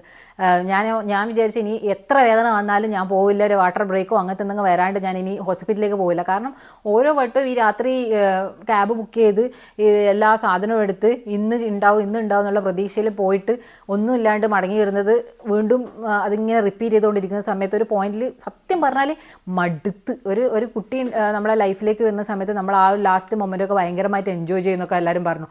എല്ലാവരും അവരെ ബെല്ലി മിസ് ചെയ്യാൻ പോവുകയാണ് അങ്ങനത്തെ ഒക്കെ പറഞ്ഞു. അങ്ങനത്തെ ഒരു തേങ്ങ എൻ്റെ ലൈഫിൽ ഉണ്ടായിട്ടില്ല സത്യം പറയാലോ. എൻ്റെ മോനെ കണ്ട ആ ഒരു നിമിഷവും പിന്നെ ഓരോ പ്രാവശ്യം ക്ലിനിക്കിൽ പോയിട്ട് ഇവൻ്റെ ഹാർട്ട് ബീറ്റ് കേൾക്കുന്ന ആ ഒരു സമയവും അല്ലാതെ ഞാൻ എൻ്റെ പ്രഗ്നൻസി സത്യം പറഞ്ഞാൽ ഞാൻ എൻജോയ് ചെയ്തിട്ടില്ല. നവംബർ 8-ാം തീയതി വൈകുന്നേരം തോന്നുന്നു ഇതേപോലെ എനിക്ക് അപ്പോയിൻമെൻറ്റ് ഇട്ടത്, ക്ലിനിക്കിൽ അപ്പോയിൻമെൻറ്റ് വൈകുന്നേരം 5 മണി 2 മണിക്ക് ഉച്ചയ്ക്ക് 2 മണിക്കാണ് അപ്പോയിൻമെൻറ്റ്. ഞാനും അനിയനും ഇതേപോലെ തന്നെ ബസ്സും ട്രെയിനും ഒക്കെ എടുത്തിട്ട് അവിടെ ഹോസ്പിറ്റലിൽ പോയി. അവർ ചെക്ക് ചെയ്തിട്ട് പറഞ്ഞു ബേബി ഈസ് ഫൈൻ, ബേബിക്കൊരു കുഴപ്പമില്ല, നിൻ്റെ ഫ്ലൂയിഡ് ഓക്കെയാണ്, രണ്ടുപേരും ഹെൽത്തിയാണ്, ഞാനും ഹെൽത്തിയാണ്, ബേബിയും ഹെൽത്തിയാണ്, വേറെ പ്രശ്നങ്ങളൊന്നുമില്ല, ഒരാഴ്ച കഴിഞ്ഞിട്ടല്ലേ ഉള്ളൂ, ഇനി ഒരാഴ്ചയും കൂടി വെയിറ്റ് ചെയ്യാൻ വേണ്ടി പറഞ്ഞു. കാരണം നവംബർ 2 കഴിഞ്ഞിട്ട് 8 ആയിട്ടല്ലോ, ഇനി വീണ്ടും ഒരാഴ്ചയും കൂടി ഉണ്ട്, വെയിറ്റ് ചെയ്യാം, കാരണം എന്തായാലും നിങ്ങൾക്ക് നോർമൽ ഡെലിവറി ആവാനാണ് പോകുന്നത്, അപ്പോൾ അതിൽ യാതൊരു സംശയമില്ല എന്നൊക്കെ പറഞ്ഞ് വീണ്ടും ഞങ്ങളെ തിരിച്ചയച്ച്. എനിക്ക് അന്ന് സത്യം പറഞ്ഞാൽ എനിക്ക് പോവാനേ പറ്റുന്നുണ്ടായിരുന്നില്ല. ഡോക്ടറെ അടുത്ത് എങ്ങനെയാണ് എത്തിയത്, തിരിച്ച് എങ്ങനെയാണ് വീട്ടിലെത്തിയത് എനിക്ക് തന്നെ അറിയില്ല. ബസ്സിൽ നിന്നൊക്കെ എനിക്ക് ഭയങ്കരമായിട്ട് ഇടയ്ക്കിടയ്ക്ക് പെയിൻ വരുന്നു, രാവിലെ മുതലേ എനിക്ക് പെയിൻ ആയിരുന്നു അന്ന്. അപ്പോൾ ഞങ്ങൾ വീട്ടിലേക്ക് തിരിച്ചെത്തിയിട്ട് വൈകുന്നേരം ഭക്ഷണം കഴിച്ച് കഴിഞ്ഞ് എൻ്റെ വീട്ടിൽ ഞാൻ വീഡിയോ കോൾ ചെയ്യുന്ന സമയത്ത് പെട്ടെന്ന് വാട്ടർ ബ്രേക്കായി. എനിക്കെന്തോ പെട്ടെന്ന് ഫീൽ ചെയ്തു. ഞാൻ ബാത്റൂമിൽ പോയി നോക്കുന്നു. അപ്പോൾ നോക്കുമ്പം ഫുൾ ഒരു ഗഷ് ഓഫ് വാട്ടർ ഇങ്ങനെ വരികയാണ്. വാട്ടർ ബ്രേക്ക് ആയപ്പോൾ പെട്ടെന്ന് വാട്ടർ ബ്രേക്ക് ആയപ്പോൾ ഞാൻ പേടിച്ചു പോയി. ഞാൻ അവിടുന്ന് കരയാൻ തുടങ്ങി. ഞാൻ പറഞ്ഞു എന്നോട് വാട്ടർ ബ്രേക്കായി. അപ്പോൾ എല്ലാവരും പറഞ്ഞു ഇപ്പോൾ എന്തായാലും ഹോസ്പിറ്റലിൽ പോകുന്നതിന് പ്രശ്നമില്ലല്ലോ, വേഗം പോയിക്കോ, എന്തായാലും അവർ അഡ്മിറ്റ് ചെയ്യും എന്നൊക്കെ പറഞ്ഞ് ഞങ്ങൾ വീണ്ടും വേഗം എല്ലാ സാധനങ്ങളും പാക്ക് ചെയ്ത് ഹോസ്പിറ്റലിലേക്ക് പോകുന്നു. അന്ന് വാട്ടർ ബ്രേക്ക് ആയതുകൊണ്ട് അനിയനും കൂടെ വരുന്നു. അപ്പോൾ അവിടെ ഞങ്ങൾ ഹോസ്പിറ്റലിലെത്തി.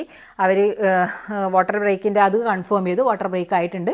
പക്ഷേ നിങ്ങളെ പോകുന്ന വാട്ടർ ഉണ്ടല്ലോ ഇത് ഭയങ്കരമായിട്ട് സ്പീഡിലല്ല പോകുന്നത്, അതുകൊണ്ട് എൻ്റെ വാട്ടർ കുറയുന്നില്ല. എൻ്റെ യൂട്രസിലെ വാട്ടർ കുറയാത്തതുകൊണ്ട് ബേബിക്ക് കുഴപ്പമൊന്നുമില്ല. അത് ഭയങ്കരമായിട്ട് കുറഞ്ഞാൽ മാത്രമേ അവർ അപ്പം തന്നെ അഡ്മിറ്റ് ചെയ്ത് സി സെക്ഷനോ അങ്ങനത്തെ കാര്യങ്ങളോ അല്ലെങ്കിൽ ഇൻഡ്യൂസ് ചെയ്യേണ്ട കാര്യങ്ങളൊക്കെ നോക്കുള്ളൂ. അപ്പോൾ നിങ്ങൾ കുറച്ച് നേരം വെയിറ്റ് ചെയ്യാൻ പറഞ്ഞു. വീണ്ടും ഈ വാട്ടർ ബ്രേക്കിൻ്റെ ഒപ്പം എന്നോട് വെയിറ്റ് ചെയ്യാൻ വേണ്ടി പറഞ്ഞു. എന്നിട്ട് അവരെന്നോട് പറഞ്ഞു കുറച്ച് നടന്നിട്ട് പോകാം. ഞാൻ പറഞ്ഞു എനിക്ക് നടക്കാൻ പറ്റില്ല, കാരണം എനിക്ക് വയറ് വേദനയുണ്ട്, അതിൻ്റെ ഒപ്പം ഈ വെള്ളം ഇങ്ങനെ പോയിക്കൊണ്ടിരിക്കുക. അപ്പോൾ ഞാൻ പറഞ്ഞു എനിക്ക് പറ്റൂല എന്ന് പറഞ്ഞ് അത് നിർത്തി. അപ്പോൾ അവർ പറഞ്ഞു ഓക്കെ, എന്നാൽ നിങ്ങൾക്ക് ഇപ്പോൾ റൂം തരാം, റൂമിലേക്ക് മാറ്റി നമ്മൾ കുറച്ച് സമയം നോക്കാം. കാരണം ഇപ്പോഴും വീണ്ടും അവർ പി വി ചെയ്തപ്പോൾ പറഞ്ഞു 2 സെൻറ്റിമീറ്റർ മാത്രമേ ഡയലേഷൻ ഉള്ളൂ, അപ്പോൾ ഞങ്ങൾക്ക് ഒന്നും ചെയ്യാൻ പറ്റില്ല, ഇൻഡ്യൂസ് ചെയ്യാനും പറ്റില്ല, ഒന്നും ചെയ്യാൻ പറ്റില്ല, കുറച്ച് വെയിറ്റ് ചെയ്യാൻ വേണ്ടി മാത്രമേ പറ്റൂ, നടക്കാൻ പറ്റില്ല എന്ന് പറഞ്ഞതുകൊണ്ട് ഞങ്ങൾ റൂം തരാമെന്ന് പറഞ്ഞിട്ട് ആ റൂമിൻ്റെ വീഡിയോ ആണ് നിങ്ങളിപ്പോൾ കാണുന്നത്. അപ്പോൾ അങ്ങനെ റൂം കിട്ടി. റൂമൊക്കെ എന്താ പറയുക, ഞങ്ങൾ ഒരു ഹൈഫൈ റൂമായിരുന്നു, ലക്ഷൂറിയസ് ഹോട്ടലിലറ്റം പോയ ഒരു പ്രതീതിയായിരുന്നു നമുക്കത് ഉണ്ടായിരുന്നത്. അപ്പോൾ അവിടെ ഞാൻ അവിടെ കിടക്കുന്നു. അപ്പോൾ എൻ്റെ കോൺട്രാക്ഷൻ വീണ്ടും മോണിറ്റർ ചെയ്യുന്ന സമയത്ത് നല്ല കോൺട്രാക്ഷൻ ഉണ്ടായിരുന്നു. അപ്പോൾ അവരതുകൊണ്ട് കോൺട്രാക്ഷൻ ഉള്ളതുകൊണ്ടും എൻ്റെ വാട്ടർ ബ്രേക്ക് ആയതുകൊണ്ടും അവരെന്നെ അഡ്മിറ്റ് ചെയ്തു. അറ്റ് ലാസ്റ്റ് നവംബർ 8-ാം തീയതി എന്നെ അഡ്മിറ്റ് ചെയ്തു. വൈകുന്നേരമാണ് അഡ്മിറ്റ് ചെയ്യുന്നത്. എനിക്ക് പെയിന് വരുന്നു, പോകുന്നു. അങ്ങനെ അവർ പറയുന്നു പിന്നെ ബോളിൻ്റെ അകത്ത് എക്സസൈസ് ചെയ്യാൻ, അടുത്ത ഈ പെയിന് പിന്നെ എന്താ പറയുക ഡയലേഷൻ ഇല്ലാണ്ട് നമുക്കൊന്നും ചെയ്യാൻ പറ്റില്ല, നിങ്ങൾ എക്സസൈസ് ചെയ്യൂ. അങ്ങനെ ചെയ്യുന്നിട്ട് ഞാൻ ആ റൂമിൽ നിന്ന് എക്സസൈസ് ചെയ്യുന്നു, ബ്രീത്തിങ് പാറ്റേൺ ചെയ്യുന്നു, അങ്ങനെയൊക്കെ പലതും ചെയ്യുന്നു. പക്ഷേ ഒരു രക്ഷയില്ല. അങ്ങനെ പക്ഷേ എനിക്ക് പെയിനാണെങ്കിൽ അൺസഹിക്കബിൾ, അങ്ങനെ എന്താ പറയുക ഒട്ടും എനിക്ക് പറ്റുന്നില്ല. അങ്ങനെ ഒരു അവസ്ഥയിലെത്തി ഞാൻ കരയായിരുന്നു. കാരണം അപ്പുറത്തെ റൂമിൽ ആൾക്കാരെല്ലാം കേട്ടിട്ടുണ്ടോ എന്തായാലും എൻ്റെ കരച്ചിൽ. അങ്ങനെ അവർ പറഞ്ഞു എന്നാൽ പിന്നെ നിങ്ങൾ വാട്ടർ കുറച്ച് സമയത്തേക്ക് ഒരു ഹോട്ട് വാട്ടർ ബാത്ത് എടുക്കും, അപ്പോൾ കുറച്ച് സുഖം ഉണ്ടാവും എന്ന് പറഞ്ഞിട്ട് അവരെനിക്ക് അവിടെ നിന്ന് ജക്കൂസിയുള്ള സാധനം അവിടുത്തെ ആ ഒരു ബാത്ത് ടബിനകത്ത് അവരെനിക്ക് ലാവൻഡറിൻ്റെ, എനിക്ക് ആ സ്മെല്ലും ഒരു ഓർമ്മയുണ്ട്, ലാവൻഡറിൻ്റെ എസൻസൊക്കെ ഇട്ട് തന്നിട്ട് അവിടെ വരുന്ന ഹെബാമയൊക്കെ ഭയങ്കര സ്വീറ്റ് ആയിരുന്നു. ഞാൻ എന്ത് പറഞ്ഞാലും ഞങ്ങൾക്ക് കിട്ടിയ നമ്മുടെ റൂമിൽ വന്നതും അതിനുശേഷം വന്ന എല്ലാ ഹെബാമസും ഭയങ്കര നല്ല ഹെബാമസ് ആയിരുന്നു. അവർ നമ്മളെ ട്രീറ്റ് ചെയ്യുന്ന രീതി, ഇന്ത്യയിൽ നിന്ന് വന്ന ആൾക്കാരാണ്, ജർമ്മൻസ് എല്ലാം, അങ്ങനത്തെ ഒരു ട്രീറ്റ്മെൻ്റ് ഒന്നും അല്ലായിരുന്നു, നല്ല ട്രീറ്റ്മെൻ്റ് ആയിരുന്നു. അങ്ങനെ ഇതൊക്കെ ചെയ്തു. എന്നിട്ടും എൻ്റെ വേദന പോകുന്നില്ല. അപ്പോൾ അവർ പറഞ്ഞു വേദന ഇത്ര ആയിട്ട് ഞാൻ പറഞ്ഞു എനിക്ക് എപ്പിഡ്യൂറൽ എടുക്കണം, എപ്പിഡ്യൂറൽ തന്നേക്ക് എനിക്ക് വേദന സഹിക്കാൻ പറ്റുന്നില്ല. അപ്പോൾ അവർ പറഞ്ഞു വേദന നിങ്ങൾക്ക് ഉണ്ട്, എപ്പിഡ്യൂറൽ എടുക്കാം, പക്ഷേ നിങ്ങൾക്ക് ഒരു 3 സെൻറ്റിമീറ്റർ അല്ലെങ്കിൽ 4 സെൻറ്റിമീറ്റർ ഡയലേറ്റ് ആവാണ്ട് നമുക്ക് എപ്പിഡ്യൂറൽ തരാൻ പറ്റില്ല എന്ന് പറഞ്ഞു. അങ്ങനെ എത്രയോ മണിക്കൂറുകൾ കുറേ ഒരു 6-7 മണിക്കൂറിന് ശേഷം അതിനിടയിൽ ഒരു 10-15 PV ഇവരിങ്ങനെ വന്ന് ഇടക്കിടക്ക് വന്ന് ചെയ്തു. ഓരോ അരമണിക്കൂർ കൂടുമ്പോൾ PV വന്ന് ചെയ്യും. ഞാൻ ഈ വേദനയെ സഹിച്ച് കിടക്കും. അങ്ങനെയായിരുന്നു ഉണ്ടായിരുന്നത്. അങ്ങനെ ഒരു 6 മണിക്കൂറിന് ശേഷം ഞാനൊരു 5 സെൻറ്റിമീറ്റർ പെട്ടെന്ന് ഡയലേറ്റായി. എൻ്റെ അമ്മ എന്താ പറയുക, നമുക്കൊരു 1 കോടി ലോട്ടറി അടിക്കുമല്ലോ, അതിൻ്റെ ഒരു സന്തോഷമായിരുന്നു എനിക്ക് ആ ഒരു സമയത്ത്. ഈ 2 സെൻറ്റിമീറ്ററിന് 5 സെൻറ്റിമീറ്റർ എത്തിയപ്പോൾ ഉണ്ടായിരുന്നത്. അപ്പോൾ ഒരു ഹോപ്പ് വന്നു, അത് നടക്കാൻ പോവുകയാണെന്നുള്ള. അപ്പോൾ അവർ പറഞ്ഞു ഇനി എപ്പിഡ്യൂറൽ തരാമെന്ന് പറഞ്ഞു. അങ്ങനെ ഞാൻ പറഞ്ഞു വേഗം തന്നെ അതിനുള്ള പരിപാടി നോക്കിക്കോ എന്ന് പറഞ്ഞിട്ട് എപ്പിഡ്യൂറൽ എടുത്ത ആൾക്കാർക്ക് അറിയായിരിക്കും, ഒരു ബാക്കിലൊരു വലിയൊരു നീഡിൽ വെച്ച് കുത്തിയിട്ടാണ് എപ്പിഡ്യൂറൽ എടുക്കുക. അങ്ങനെ ഞാൻ എപ്പിഡ്യൂറൽ എടുത്തു. അത് കഴിഞ്ഞ് കുറച്ച് പെയിൻ ഒരു ആശ്വാസം എനിക്ക് വന്നു. ഞാൻ കുറച്ച് സമയം ഉറങ്ങുകയൊക്കെ ചെയ്തു. അപ്പോൾ അവർ പറഞ്ഞു എപ്പിഡ്യൂറൽ എടുത്തു, ഇനി നമ്മൾ വെയിറ്റ് ചെയ്യും, ഒരു 8 അല്ലെങ്കിൽ 9 സെൻറ്റിമീറ്റർ കഴിഞ്ഞാൽ മാത്രമേ പുഷ് ചെയ്യേണ്ട സംഭവം നമ്മൾ നോക്കുള്ളൂ, അതുവരെ വെയിറ്റ് ചെയ്യണമെന്ന് പറഞ്ഞു. അപ്പോൾ ഈ എപ്പിഡ്യൂറൽ എടുത്തതുകൊണ്ട് ഞാൻ കുറച്ച് ഉറങ്ങുക അങ്ങനെയൊക്കെ ചെയ്ത് കുറച്ച് ആ ഒരു സമയത്ത് കുറച്ച് ആശ്വാസം ഉണ്ടായി. അങ്ങനെ ആ ദിവസം കടന്നുപോയി. ആ ദിവസം മൊത്തം പോയി. 9-ാം തീയതിയായി. 9-ാം തീയതി രാവിലെ അവർ വന്ന് ചെക്ക് ചെയ്തപ്പോൾ പറഞ്ഞു 6 സെൻറ്റിമീറ്റർ ഡയലേറ്റായി എന്ന് പറഞ്ഞു. പക്ഷേ എന്തായാലും 8-9 സെൻറ്റിമീറ്റർ ഡയലേറ്റ് അതൊരു കാര്യമില്ല എന്ന് പറഞ്ഞ് അങ്ങനെ നിൽക്കുന്ന സമയത്ത് ഞാൻ ഇങ്ങനെ ഓരോ സമയത്തും വീണ്ടും എപ്പിഡ്യൂറലിൻ്റെ ശക്തി കുറഞ്ഞു വരാൻ തുടങ്ങി. കാരണം തലേന്ന് എടുത്തതാണല്ലോ എപ്പിഡ്യൂറൽ. അപ്പോൾ അവർ വന്നിട്ട് ഇടയ്ക്കിടയ്ക്ക് ഈ പെയിൻ കുറയേണ്ട എന്തോ ഇതിനകത്ത് ഇഞ്ചെക്ട് ചെയ്യുന്നുണ്ട്. അപ്പോൾ അതുകൊണ്ട് വലിയ പെയിൻ വരുമ്പോൾ ഞാൻ കുറച്ച് കടിച്ച് പിടിച്ചൊക്കെ നിൽക്കേണ്ട ഒരു അവസ്ഥയിലായിരുന്നു ഉണ്ടായിരുന്നത്. 12-1 മണി ആ ഒരു സമയമാകുമ്പോഴത്തേക്ക് ഡോക്ടർ വന്നിട്ട് ഹെബാമ വന്ന് ചെക്ക് ചെയ്തപ്പോൾ പറഞ്ഞു finally you are 9 centimetre dilated എന്ന് പറഞ്ഞു. അത് കേട്ടപ്പോൾ ഉള്ള ഒരു സന്തോഷം എനിക്ക് പറഞ്ഞറിയിക്കാറിയില്ല. ഞാൻ പറഞ്ഞു അവസാനം സംഭവിച്ചു. ഞാനും മനുവേട്ടനും ഒക്കെ ഭയങ്കര ഹാപ്പി ആ മൊമെൻറ്റിൽ. എന്നിട്ട് ഞങ്ങൾ വീട്ടിൽ വിളിച്ച് പറഞ്ഞു ഇതാ ഞങ്ങളെ ബേബിനെ കാണാൻ പോവുകയാണ്, ഇപ്പം സൂണെല്ലാം നടക്കാൻ പോവുകയാണ്. അവർ പറഞ്ഞു ഇപ്പോൾ 1 അവർ ഏകദേശം ഒരു 1 അവർ അല്ലെങ്കിൽ മാക്സിമം 2 അവറിനുള്ളിൽ നിങ്ങൾ ഡെലിവറി ചെയ്യാൻ പോവുകയാണെന്ന് എൻ്റെ അടുത്ത് വന്നിട്ട് പറഞ്ഞു. അപ്പോൾ ഞാൻ ഭയങ്കര ഹാപ്പിയായി. ഇനിയിപ്പം അടുത്ത സ്റ്റേജ് എന്ന് വെച്ചാൽ പുഷ് ചെയ്യാനുള്ള സ്റ്റേജാണ്. ആ ഒരു സമയത്തെ പെയിൻ ഞാൻ സഹിക്കണം, അത്രയല്ലേ വേണ്ടു എന്നൊക്കെ വിചാരിച്ച് ഞാൻ നിൽക്കുക. ഡെലിവറിക്കുള്ള കാര്യങ്ങളൊക്കെ സെറ്റപ്പ് ആക്കുകയാണ്. അവർ പറഞ്ഞു നെക്സ്റ്റ് ഇനി ഡോക്ടർ വരും, അതും കൂടി കഴിഞ്ഞാൽ നിങ്ങൾക്ക് പുഷ് ചെയ്ത് തുടങ്ങണം എന്ന് പറഞ്ഞു. അപ്പോൾ ഞാൻ പറഞ്ഞു ഓക്കെ. അപ്പോൾ എൻ്റെ പെയിൻ ഇങ്ങനെ ഭയങ്കരമായിട്ട് രൂക്ഷമായിക്കൊണ്ടിരിക്കുകയാണ്. കാരണം ആ എപ്പിഡ്യൂറിൻ്റെ ശക്തി കുറഞ്ഞു. ഇനി പുഷ് ചെയ്യാനുള്ള ആ ഒരു സമയമായി. കാരണം അത്രയ്ക്ക് ബേബി താണ് വന്നു എന്ന് എനിക്ക് തന്നെ മനസ്സിലാകുന്നുണ്ടായിരുന്നു. എന്തോ എൻ്റെ വജൈനയിൽ ഇങ്ങനെ എന്തോ ഒരു ടച്ചിങ് ഫീൽ എനിക്കുണ്ടായിരുന്നു. അപ്പോൾ എനിക്ക് തന്നെ മനസ്സിലായി എൻ്റെ ബേബി എത്താനായി എന്നുള്ള. പിന്നെ ആ പെയിന് ഭയങ്കര, അത് അനുഭവിച്ചവർക്കറിയാം.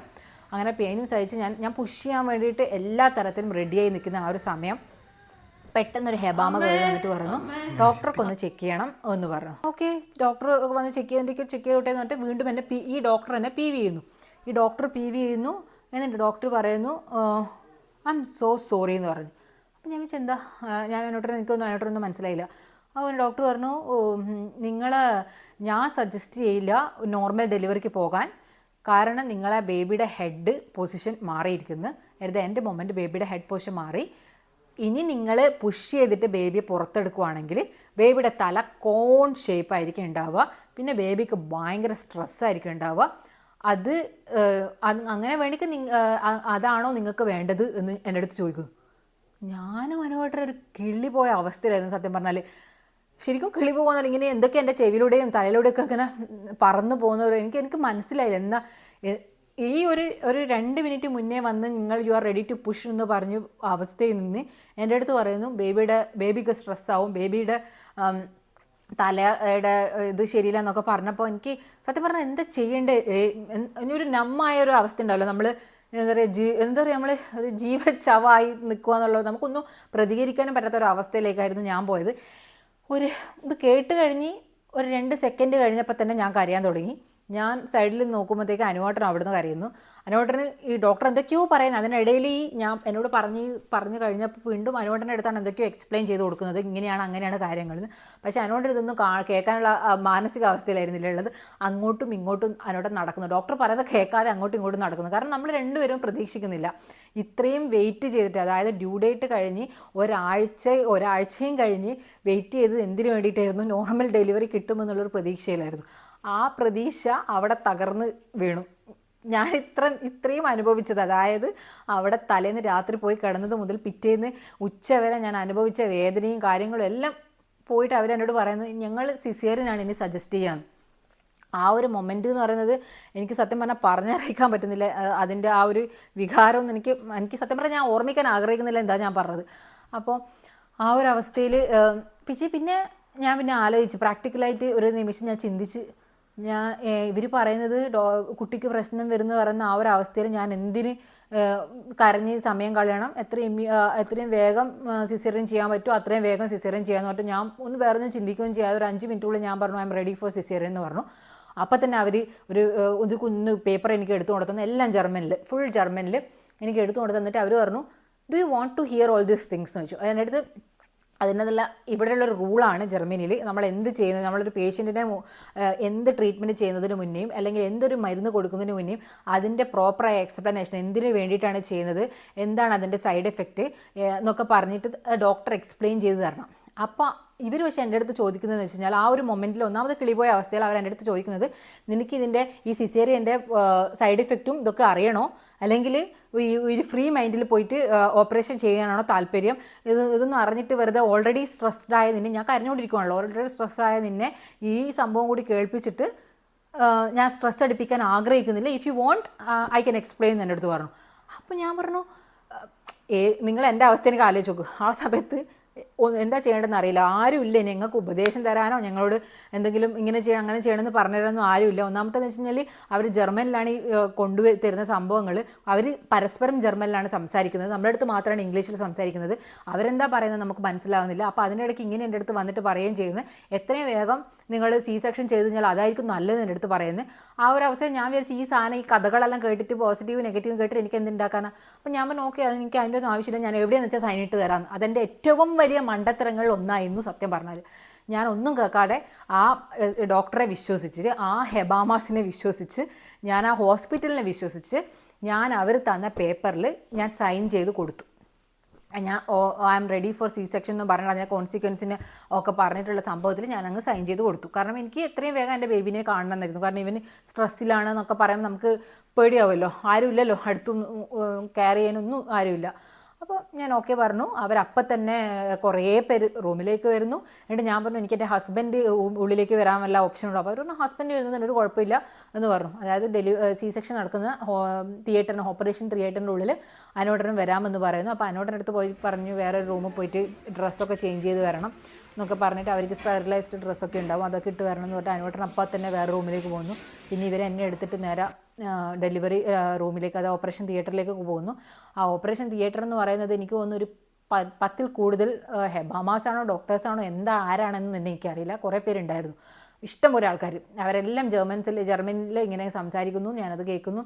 പക്ഷേ കുറേ പേര് ഇങ്ങനെ ഭയങ്കര സപ്പോർട്ട് ചെയ്ത് ഇറ്റ്സ് ഓക്കെ, നീ നിൻ്റെ മാക്സിമം ട്രൈ ചെയ്തു. അപ്പോൾ ഞാൻ ഇവരെ ഭയങ്കരമായിട്ട് ഞാൻ വിശ്വസിക്കുന്നു. അപ്പോൾ അപ്പോൾ അവർ പറഞ്ഞു എപ്പം ഗോഡിന് അതിൻ്റേത് അവരുടേതായ പ്ലാൻ ഉണ്ടാവും, എന്ത് പറഞ്ഞാലും നമുക്കൊരു ഹെൽത്തി ബേബീനെ പുറത്ത് കൊണ്ടുവരുന്നതാണ് ഏറ്റവും വലിയ കടമ. നീ നിൻ്റെ മാക്സിമം നീ ട്രൈ ചെയ്തു, പക്ഷേ എന്ത് ചെയ്യാനാ, ബേബിയുടെ പൊസിഷൻ മാറിപ്പോയില്ലേ, അങ്ങനെ ചില സമയങ്ങളിൽ സംഭവിക്കാം, അതൊക്കെ ഓക്കെ. എന്നിട്ട് അവരെൻ്റെ മൈൻഡൊക്കെ കൂൾ ചെയ്യാൻ വേണ്ടി പ്രിപ്പയർ ചെയ്യുന്നു. അതിനുശേഷം എനിക്ക് അനസ്തേഷ്യ തന്ന് അതിന് അടുത്തൊരു പെയിനായിരുന്നു, അതും സഹിച്ച് നിന്നു. അതിനുശേഷം പിന്നെ എൻ്റെ അനോട്ടൻ ബാക്കിൽ എൻ്റെ ഒപ്പം കയ്യും പിടിച്ചിട്ടുണ്ടായിരുന്നു. ഇപ്പുറത്ത് 2 വേറെ ഹെബാമാസ് ഉണ്ടായിരുന്നു, തലയൊക്കെ തടവിത്തരാൻ 2 പേര്, കൈ പിടിക്കാൻ വേറെ 2 പേര്. മുന്നിൽ ഓപ്പറേഷൻ ചെയ്യുന്നതൊന്നും ഞാൻ കാണുന്നില്ല, അവരൊരു കേർട്ടൻ പോലത്തെ സംഭവം ഇട്ട് സെപ്പറേറ്റ് ചെയ്തിട്ടാണ് അവർ ഓപ്പറേഷൻ മൊത്തം ചെയ്യുന്നത്. പക്ഷേ എനിക്ക് ഫീൽ ചെയ്യാമല്ലോ, ഓപ്പറേഷൻ ചെയ്താൽ എനിക്ക് അറിയായിരിക്കും, എന്നെ കീറി മുറിക്കുന്നതും വലിക്കുന്നതും ഒക്കെ എനിക്ക് ആ ഒരു ഫീൽ വരും, പക്ഷേ വേദന ഉണ്ടാവില്ല. അപ്പോൾ അനോട്ടറും ഇങ്ങനെ ഇതൊക്കെ കാണുന്നുണ്ട്, അവരെ ഹാൻഡ് മൂവ്മെൻ്റ് ഒക്കെ നമുക്ക് കാണാമല്ലോ. അപ്പോൾ അതൊക്കെ ചെയ്ത് ഒരു 5 മിനിറ്റ് പോലും എടുത്തില്ല. അതിന് മുന്നേ എൻ്റെ അടുത്ത് അവർ വന്നിട്ട് പറയുന്നു സി സെക്ഷൻ ആയതുകൊണ്ട് ബേബി ചിലപ്പം കരയില്ല, അപ്പോൾ നിങ്ങൾ പേടിക്കാൻ പാടില്ല. അപ്പോൾ തന്നെ പീഡിയാട്രിഷ്യൻ എടുത്ത് പോയിട്ട് ബേബിനെ ചെക്കപ്പ് ചെയ്തിട്ട് അവിടെ നിന്നായിരിക്കും ചിലപ്പോൾ ഫസ്റ്റ് ക്രൈ ഉണ്ടാവുക. അപ്പോൾ അത് നിങ്ങളത് മിസ് ചെയ്യുന്നതിനോ അല്ലെങ്കിൽ നിങ്ങളത് കേട്ടില്ലെങ്കിലോ പേടിക്കാൻ പാടില്ല, അത് നോർമലാണ്, സി സെക്ഷൻ ചെയ്യുന്ന ബേബീസിന് അങ്ങനെ ആയിരിക്കും ഉണ്ടാവുക എന്ന് പറയുന്നത്. അപ്പോൾ ഞങ്ങൾ ഓക്കെ എന്ന് പറഞ്ഞു. പക്ഷേ താങ്ക്ഫുള്ളി ഈ പ്രൊസീജിയർ കഴിഞ്ഞ് ഇവനെ പുറത്തെടുത്തപ്പോൾ തന്നെ ഇവൻ കരഞ്ഞു. ഇവൻ കരഞ്ഞപ്പോൾ തന്നെ ഞാൻ ഫസ്റ്റ് ഹെബാമാസ് കേൾക്കുന്നത് he's very cute, he has lot of hair എന്ന് പറഞ്ഞിട്ട് ഇതായിരുന്നു ഞാൻ ഫസ്റ്റ് കേൾക്കുന്നത്. ഇവൻ പ്രസവിച്ചപ്പോൾ ഫസ്റ്റ് കേൾക്കുന്ന ഒരു വാക്കുകൾ. അപ്പോൾ തന്നെ എടുത്തിട്ട് എൻ്റെ ശരീരത്തിലേക്ക് അവനെ വെച്ച് തരുന്നു. ആ ഒരു ചോരയോടെ തന്നെയാണ് എൻ്റെ മേത്ത് വെച്ചത്. ഒരു 2 സെക്കൻഡ് മാത്രമേ വെച്ചുള്ളൂ, കാരണം സി സെക്ഷൻ ആയതുകൊണ്ട് ഇവൻ അപ്പം തന്നെ പീഡിയാട്രിഷ്യന് ചെക്ക് ചെയ്യണം എല്ലാം ഓക്കെ ആണോ എന്നുള്ളത്. അപ്പം തന്നെ എടുത്ത് കൊണ്ടുപോയി. ഞാനും അതിനോട്ടൊരു ഗ്ലിംസ് പോലെ ഒരു മാക്സിമം ഒരു 2 മിനിറ്റ് കണ്ടിട്ടുണ്ടാവും, അത്രയേ ഉള്ളൂ. അതിനുശേഷം അവനെ എടുത്ത് കൊണ്ടുപോയിട്ട് ഒരു 10 മിനിറ്റ് കഴിഞ്ഞപ്പോൾ അവർ റാപ്പ് ചെയ്ത് കൊണ്ടുത്തന്നു. അങ്ങനെയാണ് അവനെ ഞാൻ കറക്റ്റായിട്ട് പിന്നെ കാണുന്നത്. പിന്നെ എന്നെ അടുത്തതെന്ന് വെച്ച് കഴിഞ്ഞാൽ എന്നെ റൂമിലേക്ക് അവർ ഷിഫ്റ്റ് ചെയ്തപ്പോൾ ഇവിടെ നോർമൽ ഡെലിവറി ആണെങ്കിൽ 3 ഡേയ്സ് കൊണ്ട് നമുക്ക് ഹോസ്പിറ്റലിൽ നിന്ന് തിരിച്ചു പോകാൻ വേണ്ടി പറ്റും വീട്ടിലേക്ക്. സി സെക്ഷൻ ആയതുകൊണ്ട് അവർ ചിലപ്പം 4 അല്ലെങ്കിൽ 5 ഡേയ്സ് വരെ നിർത്തിക്കുമെന്ന് പറഞ്ഞു. അപ്പോൾ ഞങ്ങൾ ഓക്കെ. അപ്പോൾ റൂമിൽ അനോട്ടനും കൂടി നിൽക്കാൻ പറ്റുന്നതുകൊണ്ട് ഞാൻ വിചാരിച്ചു ഓക്കെ ആണെന്ന് പറഞ്ഞ് ഞങ്ങൾ റൂമിലേക്ക് മാറി. അപ്പോൾ അപ്പം തന്നെ കുറച്ച് സമയം കഴിയുമ്പോഴത്തേന് അനിയൻ വന്നിട്ട് ബേബിയെ കണ്ടു. അപ്പോൾ എനിക്ക് ഞാനിപ്പോഴും ആ അനസ്തേഷ്യയുടെ ആ ഒരു ഫീലിലുള്ളത് കൊണ്ട് എനിക്ക് താഴെ എൻ്റെ കാലൊന്നും എനിക്ക് ഫീൽ ചെയ്യാനൊന്നും പറ്റുന്നുണ്ടായിരുന്നില്ല. അപ്പോൾ അന്ന് ഒരു വിസിറ്റേഴ്സ് ടൈം കഴിഞ്ഞപ്പോൾ അമൃത തിരിച്ചു പോയി. വീട്ടിൽ നിന്നൊക്കെ എല്ലാവരും കോൾ ചെയ്ത് ബേബിനെ കണ്ടു. എല്ലാവരും ഭയങ്കര ഇമോഷണലായിരുന്നു. കാരണം ആരും സപ്പോർട്ടും ഒന്നും ഇല്ലാതെ ഞങ്ങളിത് സംഭവം ചെയ്തപ്പോൾ എൻ്റെ അച്ഛനും മെയിനായിട്ട് എൻ്റെ അച്ഛനമ്മയും ഭയങ്കരമായിട്ട് പേടിച്ചു പോയൊരു സംഭവമായിരുന്നത്. അവർ എനിക്കൊന്ന് പൂജാ റൂമിൽ തന്നെയായിരുന്നു എൻ്റെ അച്ഛൻ പറഞ്ഞത് ആ ഒരു അവസ്ഥയിൽ. അങ്ങനെ ആ ഒരു ദിവസം അങ്ങനെ ഞാൻ ഭയങ്കര ക്ഷീണത്തിലായിരുന്നു. പിന്നെ ഇവിടെയുള്ളൊരു ഇതാണ്, നമ്മുടെ സ്കിൻ ടു സ്കിൻ കോൺടാക്റ്റ് ആയിരിക്കും ഉണ്ടാവുക ഫസ്റ്റ് 48 hours. അപ്പോൾ അവൻ എൻ്റെ മേത്ത് തന്നെ skin to skin proper skin to skin എൻ്റെ മേത്ത് തന്നെയായിരുന്നു അവനുണ്ടായിരുന്നത് ആ ദിവസം മൊത്തം. ഭയങ്കര ഒരു സ്പെഷ്യൽ മൊമെൻ്റ് ആയിരുന്നു. ഞാൻ ഈ 9 മാസം ഞാൻ അനുഭവിച്ച കഷ്ടപ്പാടുകളും ആ ഒരു നിമിഷം ഇല്ലാതായി തന്നെ സത്യം പറഞ്ഞാൽ പറയാം. പക്ഷെ അത് കഴിഞ്ഞ് വീണ്ടും സ്റ്റാർട്ട് ചെയ്തു, അത് വേറെ കാര്യം. ആ ഒരു മൊമെൻ്റ് മാത്രം, അവൻ ഈ ലോകത്തേക്ക് വന്ന അവൻ്റെ ആ ഒരു കരച്ചിൽ കേട്ടപ്പോൾ ആ ഒരു മൊമെൻ്റ് മാത്രമാണ് ഞാൻ ഈ എൻ്റയർ പ്രഗ്നൻസിയിൽ ഞാൻ ഏറ്റവും കൂടുതൽ എന്താ പറയുക സന്തോഷിച്ചൊരു മൊമെൻ്റ് എന്ന് പറയുന്നുണ്ടാവില്ല, ആ ഒരു മൊമെൻ്റാണ്. അങ്ങനെ ഈ റൂമിൻ്റെ അകത്തുള്ള ആദ്യത്തെ ദിവസം എനിക്കിപ്പോഴും ഓർമ്മിക്കാൻ പറ്റുന്നില്ല. ഞാൻ ഓൾറെഡി സി സെക്ഷൻ ആയതുകൊണ്ട് എനിക്കൊന്നും ചെയ്യാൻ പറ്റില്ല. അനുവേട്ടനാണ് ഇവനെ ഫുൾ നോക്കേണ്ടത്. എനിക്കാണെങ്കിൽ സി സെക്ഷൻ ആയതുകൊണ്ട് പാല് വരുന്നില്ല പ്രോപ്പറായിട്ട്. പക്ഷേ ഭാഗ്യത്തിന് കൊളസ്ട്രോൾ വന്നതുകൊണ്ട് ആ ഒരു കുറച്ചൊരു 2-3 തുള്ളിയാറ്റും ഇവന് കൊടുക്കാൻ വേണ്ടി പറ്റി. അപ്പോൾ അവർ പറഞ്ഞു ഫോർമുല മിൽക്ക് തന്നെ ഇതാക്കണം. പിന്നെ ബ്രസ്റ്റ് പമ്പൊക്കെ കൊണ്ടുവന്നു. പിന്നെ ബ്രസ്റ്റ് പമ്പ് ചെയ്യാൻ ഞാൻ തുടങ്ങി. അങ്ങനെയാണ് പാല് സ്ലോലി എനിക്ക് വരാൻ തന്നെ തുടങ്ങിയത്. അപ്പോൾ അതുവരെ ഇവൻ ഫോർമുലയായിരുന്നു ആ ഒരു ഹോസ്പിറ്റലിൽ നിന്ന് എടുത്തിരുന്നത്. അങ്ങനെ ആ ഒരു രാത്രി എനിക്കറിയില്ല അനുവേട്ടൻ എങ്ങനെയാണ് ആ ഒരു രാത്രി കഴിഞ്ഞു കൂട്ടിയെന്ന്. കാരണം എനിക്കൊന്നും ചെയ്യാൻ പറ്റാത്തത്, ഞാനൊരു ഹാഫ് ഡെഡ് പൊസിഷനിലായിരുന്നല്ലോ ഞാനുണ്ടായിരുന്നത്. അപ്പോൾ ഇവരെ നോക്കേണ്ട ചുമതല മൊത്തം അനുവേട്ടൻ്റെത്. അത് തലേന്ന് രാത്രിയും അനുവേട്ടൻ ഉറങ്ങിയിട്ടില്ല, അന്നും അനുവേട്ടൻ ഉറങ്ങാൻ പറ്റില്ല. കാരണം ഇവൻ അമ്മാതിരി കരച്ചിലായിരുന്നു, നിർത്താതെ കരച്ചിലായിരുന്നു. അപ്പോൾ എന്ത് ചെയ്യണം, നമുക്കൊരു കുഞ്ഞിനെ നമ്മളെ കൈമ കിട്ടുമ്പോൾ ഒന്നും അറിയാത്ത 2 പൊട്ടന്മാരെ പോലത്തെ ആൾക്കാരാണ് നമുക്ക് എന്താ ചെയ്യേണ്ടത്, എന്തിനാ ബേബി കരയുന്നത്, എങ്ങനെ എടുക്കണം, ഒന്നും നമുക്കറിയില്ല. ഇത് പറഞ്ഞു തരാനോ ആരുമില്ല. ഈ ഹെബാമ വരുന്ന ഹെബാമാസാണ് നമുക്കിങ്ങനെ അതാണ് ഇതാണെന്നൊക്കെ പറഞ്ഞു തരാനുള്ളത്. അതല്ലാതെ അതും പകുതി ജർമ്മൻ പകുതി ഇംഗ്ലീഷ് അങ്ങനെയുള്ള രീതിയിലാണ് അവർ പറഞ്ഞു തരുന്നത്. അപ്പോൾ അതുകൊണ്ട് നമുക്കൊന്നും മനസ്സിലാക്കാനുള്ള ആ ഒരു ഇതുമില്ല. പിന്നെ ഓൾറെഡി നമ്മൾ മെൻ്റലി നമ്മളെ എന്താ പറയുക സ്ട്രെസ്ഡ് ഔട്ടായി നമ്മളെ മെൻ്റൽ പീസൊക്കെ പോയി കിടക്കുന്ന അവസ്ഥയിൽ ഉറക്കം കൂടി ഇല്ലാത്തൊരവസ്ഥ 2 ദിവസം കണ്ടിന്യൂസ് ആയിട്ട് അനുവേട്ടൻ ഉറങ്ങിയില്ല. അപ്പോൾ അന്ന് മൊത്തമായിട്ട് ഇവനെ നോക്കുകയും വേണം. അങ്ങനെ ഒരു അവസ്ഥയിൽ എനിക്ക് സത്യം പറഞ്ഞാൽ അറിയില്ല എങ്ങനെയാണ് അനുവേട്ടൻ ആ ഒരു 2 ഡേ സർവൈവ് ചെയ്തതെന്ന്. അപ്പോൾ പിറ്റേന്ന് അന്ന് രാത്രി മൊത്തം അവൻ കരച്ചിലായിരുന്നു. അവൻ്റെ മോശം പാസ് ചെയ്യുന്നതും അതൊക്കെ ക്ലീൻ ചെയ്യുന്നതും ഒക്കെ അനുവേട്ടൻ തന്നെയായിരുന്നു. ഇടയ്ക്കിടയ്ക്ക് നമുക്കൊരു സ്വിച്ചൊക്കെ ഉണ്ട്, ബട്ടണൊക്കെ അമർത്തി കഴിഞ്ഞാൽ ഹെബാമൻസൊക്കെ വരും. അവരൊക്കെ വന്നിട്ട് ഇങ്ങനെ നോക്കും എന്തൊക്കെയാണ് പ്രശ്നമുള്ളത്. അപ്പോൾ ബേബിക്ക് റൈ ചെയ്യുന്നതെന്ന് പറയുമ്പോൾ പറയും ചിലപ്പോൾ വിശന്നിട്ടാണെന്ന് പറഞ്ഞിട്ട് ചിലപ്പം ഫോർമുല കൊടുക്കേണ്ടി വരും, അല്ലെങ്കിൽ പാമ്പേഴ്സ് മാറ്റാണെന്ന് പറഞ്ഞിട്ട് അങ്ങനെ അവർ ഓരോരോ ഇതാക്കി മാറ്റിത്തരും. അങ്ങനെ ആ ഒരു ദിവസം കടന്നുപോയി. പിന്നെ എല്ലാ ദിവസവും എൻ്റെ അനിയൻ രാവിലെ വരും, വൈകുന്നേരം പോകും, അങ്ങനെയായിരുന്നു ഉണ്ടായിരുന്നത്. പിന്നെ അവിടുത്തെ ഫുഡ് എന്ന് പറയുന്നത് ഇൻക്ലൂഡഡ് അല്ല, എവറിത്തിങ് ഇൻക്ലൂഡഡ് എന്താ പറയുക നമ്മൾ ഇൻഷുറൻസിന് ഇൻക്ലൂഡഡ്, നമ്മൾ പേ ചെയ്യൊന്നും വേണ്ട. പക്ഷേ തരുന്ന ഫുഡ് എന്ന് വെച്ചാൽ രാവിലെ ബ്രെഡ്, ബട്ടർ, അങ്ങനത്തെ ആപ്പിൾ, അങ്ങനത്തെ ഫ്രൂട്ട്സാണ്. അതും എനിക്ക് കഴിച്ചാൽ പൊട്ടാത്തൊരു ബ്രെഡ്, എനിക്കതൊന്നും ഇഷ്ടം തന്നെയല്ല. എനിക്ക് വീട്ടിലെ ഫുഡ് കഴിക്കണം, അമ്മയുടെ ഫുഡ് കഴിക്കണം എന്നൊക്കെ ആഗ്രഹിച്ചത് ഡെലിവറി കഴിഞ്ഞിട്ട് ഞാൻ ആഗ്രഹിച്ച സംഭവങ്ങളാണ് ഇതൊക്കെ. അപ്പോൾ എൻ്റെ അനിയൻ എനിക്കിപ്പോഴും ഓർമ്മയുണ്ട്, അത് പറയാണ്ടിരിക്കാൻ പറ്റില്ല. അവൻ വീട്ടിൽ അമ്മേനോട് ചോദിച്ച് എങ്ങനെയാണ് ചെറുപയർ കഞ്ഞി ഉണ്ടാക്കണമെന്ന് പറഞ്ഞിട്ട് അവൻ ചെറുപയർ കഞ്ഞിയും കൊണ്ടുവരും എന്നെ കാണാൻ വേണ്ടിയിട്ട്. അപ്പം ഞാൻ അത് കുടിക്കും. അതാണ് ഞാൻ വീട്ടിൽ ചോറായിട്ട് ഞാൻ കഴിച്ചിരുന്നത്. കാരണം ഉച്ചയ്ക്കും ഇവർ തരുന്നത് ബീഫിൻ്റെ കറി, പിന്നെ എന്താ പറയുക ഫ്രഞ്ച് ഫ്രൈസ്, അങ്ങനത്തെ സാധനങ്ങളൊക്കെ. ഒന്നാമത് എനിക്ക് ഗ്യാസിൻ്റെ പ്രോബ്ലം ഉണ്ട്. അതിൻ്റെ ഇടയ്ക്ക് പൊട്ടറ്റോ ഇല്ലാത്ത സംഭവമില്ല ഇവർക്ക്. ഇപ്പോൾ പൊട്ടറ്റോയുടെ എന്തെങ്കിലും ഉണ്ടാവും. അപ്പോൾ ഇങ്ങനത്തെ ഒരു സാധനം തിന്നുമ്പോൾ ഞാൻ എങ്ങനെ വിശപ്പടക്കും, ഞാൻ എങ്ങനെ അത് സർവൈവ് ചെയ്തെന്ന് അതും അറിയില്ല. അങ്ങനെ എന്നെ ചെക്ക് ചെയ്തിട്ട് പറഞ്ഞു എന്തോ ഒരു ബ്ലീഡിങ് പോലെ കാണുന്നുണ്ട്, ബ്ലീഡിങ് കുറച്ച് കൂടുതലാണ്. അപ്പോൾ അതുകൊണ്ട് നിങ്ങൾക്ക് എനിക്ക് തോന്നുന്നില്ല 5 ദിവസത്തിനുള്ളിൽ പോകാൻ പറ്റുന്നു, നിങ്ങളെയും ഒബ്സർവേഷനിൽ വെക്കണം എന്നും പറഞ്ഞിട്ട് ഓരോ വട്ടവും ഓരോ ഹെബാമാസാണ് വരിക. കാരണം നമ്മൾ രാവിലെ വന്ന ഹെബാമയെല്ലാം ഉച്ചയ്ക്ക് ഉണ്ടാകും, ഉച്ചയ്ക്കുള്ള ഹെബാമയെല്ലാം വൈകുന്നേരം ഉണ്ടാവുക. അപ്പോൾ ഇവർ രാവിലെ വരുന്ന ഒരാൾ പറയും എനിക്ക് ബ്ലീഡിങ് ആണെന്ന്, ഉച്ചയ്ക്ക് വരുന്നവർ you are perfectly all right എന്ന് പറയും. അങ്ങനെ പലരും പല രീതിയിലായിരുന്നു സംസാരിച്ചുകൊണ്ടിരുന്നത്. ഞങ്ങളോടുള്ള പെരുമാറ്റം ശരിയാണെങ്കിലും അവർ വന്ന് പറയുന്ന കാര്യങ്ങൾ എന്തൊക്കെയോ പരസ്പര ബന്ധമില്ലാത്ത കാര്യങ്ങളായിരുന്നു. ചിലവർ പറയും നിങ്ങൾക്ക് നാളെ പോകാം, ചിലർ പറയും അയ്യോ പോകാൻ പറ്റില്ല, അങ്ങനത്തെ ഒക്കെ. അങ്ങനെ ഞങ്ങൾ ചോദിച്ചാൽ എന്താണെന്ന് ഒരു കമ്മ്യൂണിക്കേഷൻ, അവർ തമ്മിലേ കമ്മ്യൂണിക്കേഷൻ ഇല്ല, അങ്ങനത്തെ ഒരു സംഭവം. എന്നിട്ട് 3rd ഡേ, എനിക്കൊന്ന് 4th ഡേ ആണെന്ന് തോന്നുന്നു, 4th ഡേ ഇവൻ്റെ വെയിറ്റ് ചെക്ക് ചെയ്തപ്പോൾ ഇവൻ്റെ വെയിറ്റ് കുറഞ്ഞു. അപ്പോൾ അവർ പറഞ്ഞു ഇനി വെയിറ്റ് കൂടിയിട്ട് മാത്രമേ പോകാൻ പറ്റൂ എന്നും പറഞ്ഞിട്ട് ഒരു 2 ദിവസം എക്സ്ട്രാ അവിടെ കിടക്കണമെന്ന് പറഞ്ഞു. അപ്പോൾ 5 ദിവസം കൊണ്ട് പോകേണ്ട ഞാൻ ടോട്ടൽ 6ാമത്തെ ദിവസം അവസാനമാണ് ഞാൻ പോകുന്നത്, വീട്ടിലേക്ക് തിരിച്ചു വരുന്നത്. അങ്ങനെ വീണ്ടും ഞങ്ങൾ അവിടെ കിടക്കുന്നു. അപ്പോൾ 4th ഡേ എൻ്റെ അടുത്ത് വന്നിട്ട് രാവിലെ ഒരു ഹെബാമ വന്നിട്ട് എന്തോ ഒരു ഇഞ്ചക്ഷൻ എടുത്ത് വരുന്നു എനിക്ക് ഇഞ്ചെക്ട് ചെയ്യാൻ വേണ്ടി. അപ്പോൾ ഞാൻ ജസ്റ്റ് ഒന്ന് ചോദിച്ചു. സാധാരണ അതുവരെ ഞാൻ എന്നെ ഇഞ്ചെക്ട് ചെയ്തപ്പോഴൊന്നും ഞാൻ ചോദിച്ചില്ല എന്തിനു വേണ്ടിയിട്ട് എന്നെ ഇഞ്ചെക്ട് ചെയ്യുന്നത്. ആ ഒരു വട്ടം മറ്റേ എൻ്റെ അടുത്ത് പറഞ്ഞു ബ്ലഡ് ക്ലോട്ട് ചെയ്തെടുക്കാൻ വേണ്ടിയിട്ട് ഇഞ്ചെക്ട് ചെയ്യുന്നതാണ്. എന്നിട്ട് തൈയിലാണ് ഇഞ്ചെക്ട് ചെയ്യുക നമ്മളെ തൊടയിൽ. അങ്ങനെ ഓരോ ദിവസം വന്നിട്ട് എന്നെ ഇഞ്ചെക്ട് ചെയ്യുമായിരുന്നു. അങ്ങനെ 3ാമത്തെ ദിവസം ഇങ്ങനെ ഇഞ്ചെക്ട് ചെയ്യാൻ വേണ്ടി വന്നൊരു ഹെബാമെ ഇതൊരു കാണാത്തൊരു സിറിഞ്ചുമായിട്ടാണ് വന്നത്. അപ്പം ഞാൻ അത് കണ്ടപ്പോൾ ഞാൻ വെറുതെ എനിക്ക് സംശയം തോന്നിയിട്ട് ഞാൻ ചോദിച്ചു ഇതെന്തിനുള്ളതാണെന്ന്. ജസ്റ്റ് ഞാൻ ചോദിച്ചു എന്തിനുള്ളതാണെന്ന്. അപ്പോൾ പറഞ്ഞു ഇത് നിങ്ങളെ നോർമൽ ഡെലിവറി അല്ലേ, അപ്പോൾ നോർമൽ ഡെലിവറി കഴിഞ്ഞാൽ ഇത് ചെയ്യണം. അപ്പം ഞാൻ പറഞ്ഞു നോർമലോ, ഞാൻ നോർമലല്ല, എനിക്ക് സി സെക്ഷൻ ആയിരുന്നു.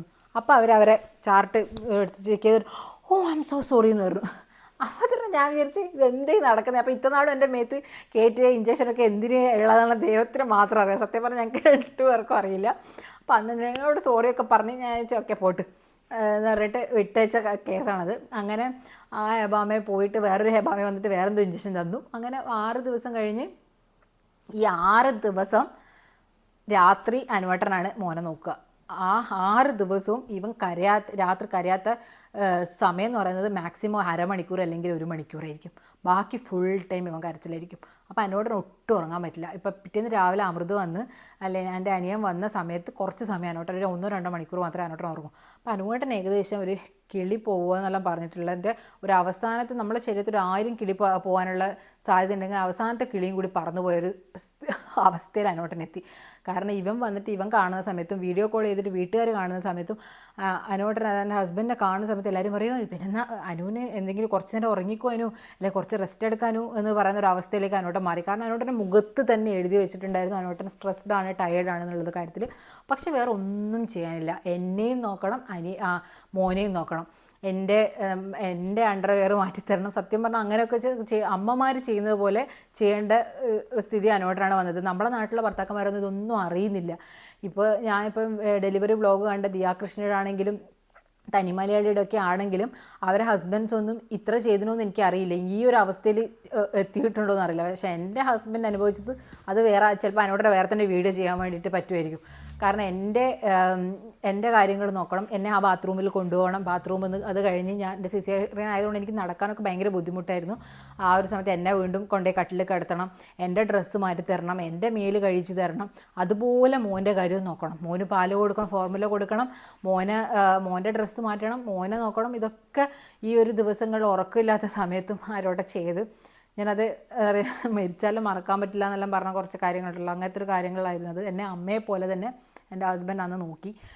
അപ്പോൾ ഈ ഒരു സമയങ്ങളിലൊക്കെ ഞാൻ എൻ്റെ അമ്മയെ, എൻ്റെ അച്ഛനെ, എൻ്റെ വീട്ടുകാരെ ഞാൻ ഭയങ്കരമായിട്ട് മിസ് ചെയ്തു. അവരൊന്നും എൻ്റെ കൂടെ ഉണ്ടായിരുന്നെങ്കിൽ എന്ന് ഞാൻ ആഗ്രഹിച്ചു പോയ നിമിഷങ്ങളായിരുന്നു. അവരും അതേപോലെ തന്നെയായിരുന്നു, ഞങ്ങളൊന്നും അവിടെ ഉണ്ടായിരുന്നെങ്കിൽ എന്ന് ആഗ്രഹിച്ചു പോയ നിമിഷങ്ങൾ. അത് കഴിഞ്ഞ് 6ാമത്തെ ദിവസം ഡിസ്ചാർജായി ഞങ്ങൾ വീട്ടിലെത്തിയപ്പോൾ അടുത്ത ഡ്രാമ സ്റ്റാർട്ട് ചെയ്തു. കാരണം അവിടെ അതുവരെ ഹെബാമാസൊക്കെ ഓരോ കാര്യങ്ങൾ ഡൗട്ട് ചോദിക്കാനുണ്ടാവുമല്ലോ, ഇവൻ കരയുമ്പോൾ അതിനാണ് ഇതിനാണെന്നൊക്കെ പറയും. ഇവിടെ എത്തിക്കഴിഞ്ഞാൽ എന്തിനാണ് ഇവൻ കരയുന്നത്, എന്തിനാ ഇവൻ എഴുന്നേൽക്കുന്നത്, എന്താ ഇവൻ ഉറങ്ങാത്തത്, ഒന്നും നമുക്ക് മൂന്നാൾക്കും അറിയില്ല. എന്താ പറയുക, ആ ഒരു സിനിമ നിങ്ങൾ കണ്ടിട്ടുണ്ടോയെന്ന് അറിയില്ല, ഒരു മലയാളത്തിലൊരു സിനിമയുണ്ട്, ഒരു കുട്ടീനെ കിട്ടി കുറേ കലാപം മണിയൊക്കെയുള്ളൊരു സിനിമ, ഒരു കുട്ടീനെ കിട്ടിയിട്ട് എന്താ ചെയ്യേണ്ടതെന്ന് മനസ്സിലാകാത്ത ആ ഒരു അവസ്ഥയിലായിരുന്നു നമ്മൾ 3 പേരുള്ളത്. എങ്ങനെ പാമ്പേഴ്സ് മാറ്റണം, എങ്ങനെ കിടത്തണം, എങ്ങനെ ഇതാക്കണം ഒന്നും അറിയില്ല. പിന്നെ ഞങ്ങൾ ഇവിടെ വന്നു കഴിഞ്ഞാൽ പിന്നെ നെക്സ്റ്റ് ഡേ തൊട്ട് ഹെബാമ വരും. എന്നെ ചെക്ക് ചെയ്യാനും മോനെ ചെക്ക് ചെയ്യാനും മോൻ്റെ വെയിറ്റ് നോക്കാൻ, പിന്നെ എന്തെങ്കിലും വേറെ എന്തെങ്കിലും പ്രശ്നമുണ്ടോ നോക്കാൻ വേണ്ടിയിട്ട് വെയിറ്റും അവൻ്റെ ഇതൊക്കെ നോക്കും, ഹാർട്ട് ബീറ്റൊക്കെ നോക്കാൻ വേണ്ടി വരും.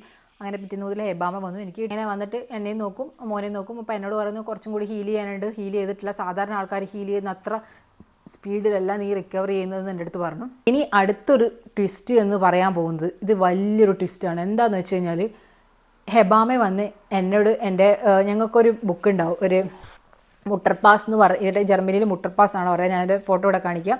അതിനകത്തായിരിക്കും നമ്മളെ ഈ പ്രഗ്നൻസി റിലേറ്റഡ് ആയിട്ടുള്ള ഫുൾ കാര്യങ്ങൾ, അതായത് ഡേ 1 തൊട്ടിട്ട് ഡെലിവറി കഴിഞ്ഞ ആ ദിവസം വരെയുള്ള റിപ്പോർട്ടുകൾ, ഞങ്ങളെ പറ്റിയുള്ള നമ്മളെ കുട്ടിയുടെ വെയിറ്റ് ആയിക്കോട്ടെ, എൻ്റെ ഡീറ്റെയിൽസ് ആയിക്കോട്ടെ ഒക്കെ അവർ എഴുതുന്നൊരു ബുക്കാണ്. അപ്പോൾ ഓരോ വട്ടം ക്ലിനിക്കിൽ പോകുമ്പോൾ അവരത് ഫില്ല് ചെയ്യും, എൻ്റെ വെയിറ്റ് ആയിക്കോട്ടെ, ബേബിയുടെ വെയിറ്റും എല്ലാം അവർ അതിനകത്ത് ഫില്ല് ചെയ്യും. അതുപോലെ തന്നെ ഇവിടെ ഹോസ്പിറ്റലുകാർ ഡെലിവറി കഴിഞ്ഞ് കഴിഞ്ഞാൽ ഒരു ഷീറ്റ് ഉണ്ട്, എങ്ങനത്തെ ഡെലിവറി ആയിരുന്നു, ഡെലിവറി ഡീറ്റെയിൽസ് ഫില്ല് ചെയ്യേണ്ട ഒരു ഷീറ്റ്. അങ്ങനെ ഹോസ്പിറ്റലുകാർ ഫില്ല് ചെയ്തപ്പോൾ എനിക്ക് ഫുൾ ജർമ്മനിലാണല്ലോ, ഞാൻ ഒന്നാമത് ഈ സ്ട്രെസ്സിലൂടെ കടന്നു പോകുമ്പോൾ ആ ബുക്കൊന്നും ഞാൻ നോക്കണ പറ്റി ചിന്തിക്കുന്നില്ല. അപ്പോൾ ഇവിടെ ഹെബാമ ഞാൻ ഫസ്റ്റ് ഡേ തിരിച്ച് വന്നപ്പോൾ ഹെബാമ എൻ്റെ അടുത്ത് പറഞ്ഞു മുട്ടർപാസ് ചോദിച്ചു. അപ്പോൾ മുട്ടർപാസ് ചോദിച്ചപ്പോൾ മുട്ടർപാസ് ഞാൻ കൊടുത്തപ്പോൾ അവരെൻ്റെ അടുത്ത് ചോദിച്ചു എന്താ ശരിക്കും ഡെലിവറിയിൽ സംഭവിച്ചതെന്ന് ചോദിച്ചു. എന്തുകൊണ്ടാണ് സിസേറിയനിൽ പോയതെന്ന് എൻ്റെ അടുത്ത് ചോദിച്ചു. ഞാൻ ഡീറ്റെയിൽസ് പറഞ്ഞു. ബേബിയുടെ ഹെഡ് പോഷൻ മാറി, ബേബിക്ക് സ്ട്രെസ്സ് വരും, അതുകൊണ്ട് ഞാൻ അങ്ങനെ പിന്നെ ഞാൻ വേറെ ഓപ്ഷൻ ഇല്ലാത്തതുകൊണ്ട് ഞാൻ സെക്ഷനിലേക്ക് പോയി. അപ്പോൾ ഹെബാമ കുറച്ച് എന്നെ ഇങ്ങനെ നോക്കിയിട്ട് എന്നെ എന്തോ സംശയമുള്ള പോലെ നോക്കിയിട്ട് പറഞ്ഞു ഇതൊന്നുമല്ല ഇതിനകത്ത് എഴുതിയിട്ടുള്ളതെന്ന് പറഞ്ഞു. ഞാൻ ചോദിച്ചാൽ എന്താ പിന്നെ അതിനകത്ത് എഴുതിയിട്ടുള്ളത് ഞാൻ അതായത് 2.2 സെൻറ്റിമീറ്റർ ഡയലേറ്റ് ചെയ്ത ശേഷം ഞാൻ അവരുടെ അടുത്ത് പറഞ്ഞു എനിക്കിനി ഇതിനപ്പുറം വേദന സഹിക്കാനുള്ള 4 സെൻറ്റിമീറ്റർ ഡയലേറ്റ് ചെയ്ത ശേഷം ഞാൻ പറഞ്ഞു എനിക്ക് വേദന സഹിക്കാനുള്ള കപ്പാസിറ്റി എനിക്കില്ല, അതുകൊണ്ട് ഞാൻ സിസേറിയൻ ഞാനായിട്ട് ഓപ്റ്റ് ചെയ്യുന്നു എന്നാണ് ഇതിനകത്ത് എഴുതിയിട്ടുള്ളതെന്ന് അങ്ങനെയാണ് ആ റിപ്പോർട്ടിൽ എഴുതിയിട്ടുള്ളതെന്ന് പറഞ്ഞു. ഞാൻ പറഞ്ഞു എനിക്ക് ഷോക്കായിപ്പോയി. കാരണം വെച്ചാൽ ഞാൻ ഏറ്റവും കൂടുതൽ ആഗ്രഹിച്ചത് നോർമൽ ഡെലിവറിക്ക് വേണ്ടിയിട്ട് അവരെന്നിട്ട് എഴുതി ചേർക്കുന്നു. ഞാനാണ് അവരോട് അങ്ങോട്ട് റിക്വസ്റ്റ് ചെയ്തത് എനിക്ക് സി സെക്ഷൻ മതിയെന്ന്. അപ്പം ഞാൻ പറഞ്ഞു അല്ല, ബേബിയുടെ ഹെഡ് പൊസിഷൻ മാറിയിട്ട് അവരെൻ്റെ അടുത്ത് ഇങ്ങോട്ട് പറഞ്ഞു. എന്നിട്ട് അവർ എനിക്ക് ട്രാൻസ്ലേറ്റ് ചെയ്ത് കാണിച്ചു തന്നു ബേബീസ് ഹെഡ് പെർഫെക്റ്റ് എന്ന്, ഹെഡ് പൊസിഷൻ പെർഫെക്റ്റ് എന്ന്.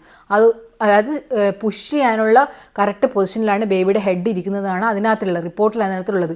എന്നിട്ട് അവരെൻ്റെ അടുത്ത് ഹെബാമ എൻ്റെ അടുത്ത് പറഞ്ഞു നിങ്ങളിത് എന്താ ചെയ്യേണ്ടതെന്ന് വെച്ചാൽ ഹോസ്പിറ്റലിൽ പോയിട്ട് അവരുടെ അടുത്ത് ഫുൾ ചാർട്ട് ചോദിക്കണം, നിൻ്റെ ഫുൾ സമ്മറി ആ ഡേ 1 തൊട്ട് നീ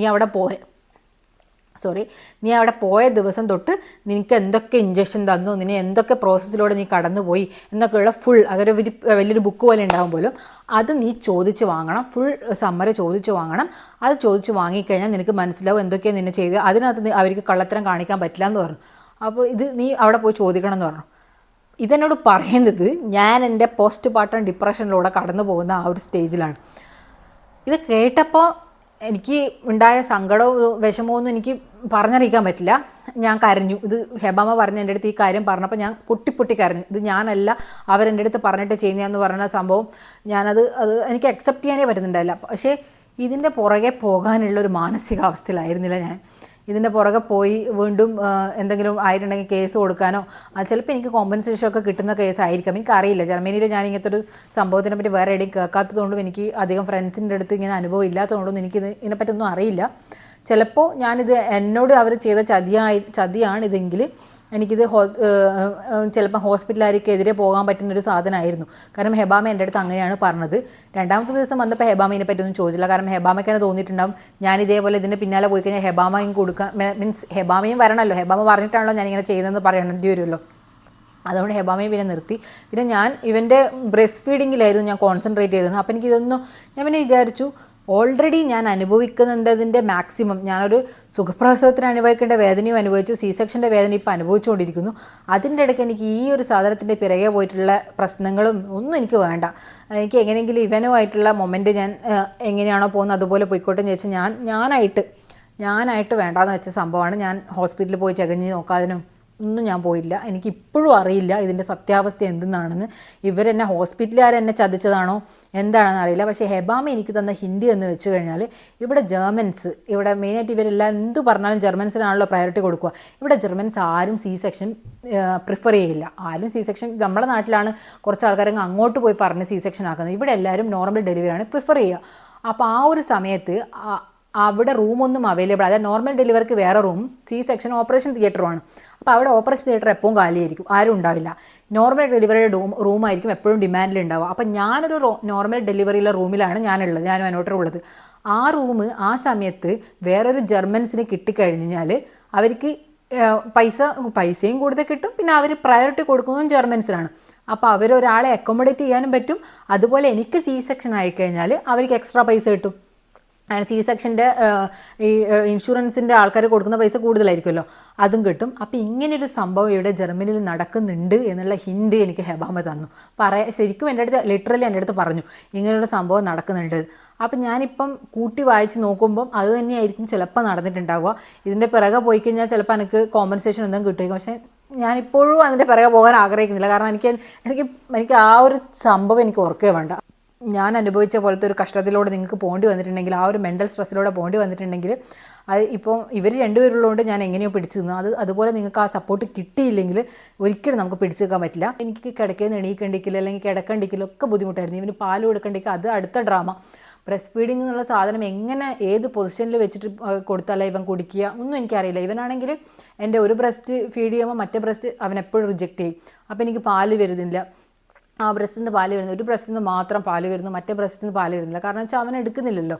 അതുകൊണ്ട് ആ ഒരു പ്രശ്നം വേറെ. അങ്ങനെ ഹെബാമ വന്നിട്ട് എന്നോട് 2 വട്ടം ഹെൽപ്പ് ചെയ്തു, ഇങ്ങനെ ഈ പൊസിഷനിൽ നോക്കൂ ആ പൊസിഷനിൽ നോക്കും. പക്ഷേ ആ ഹെബാമി അവസാനം ഫെയിൽ ചെയ്തു.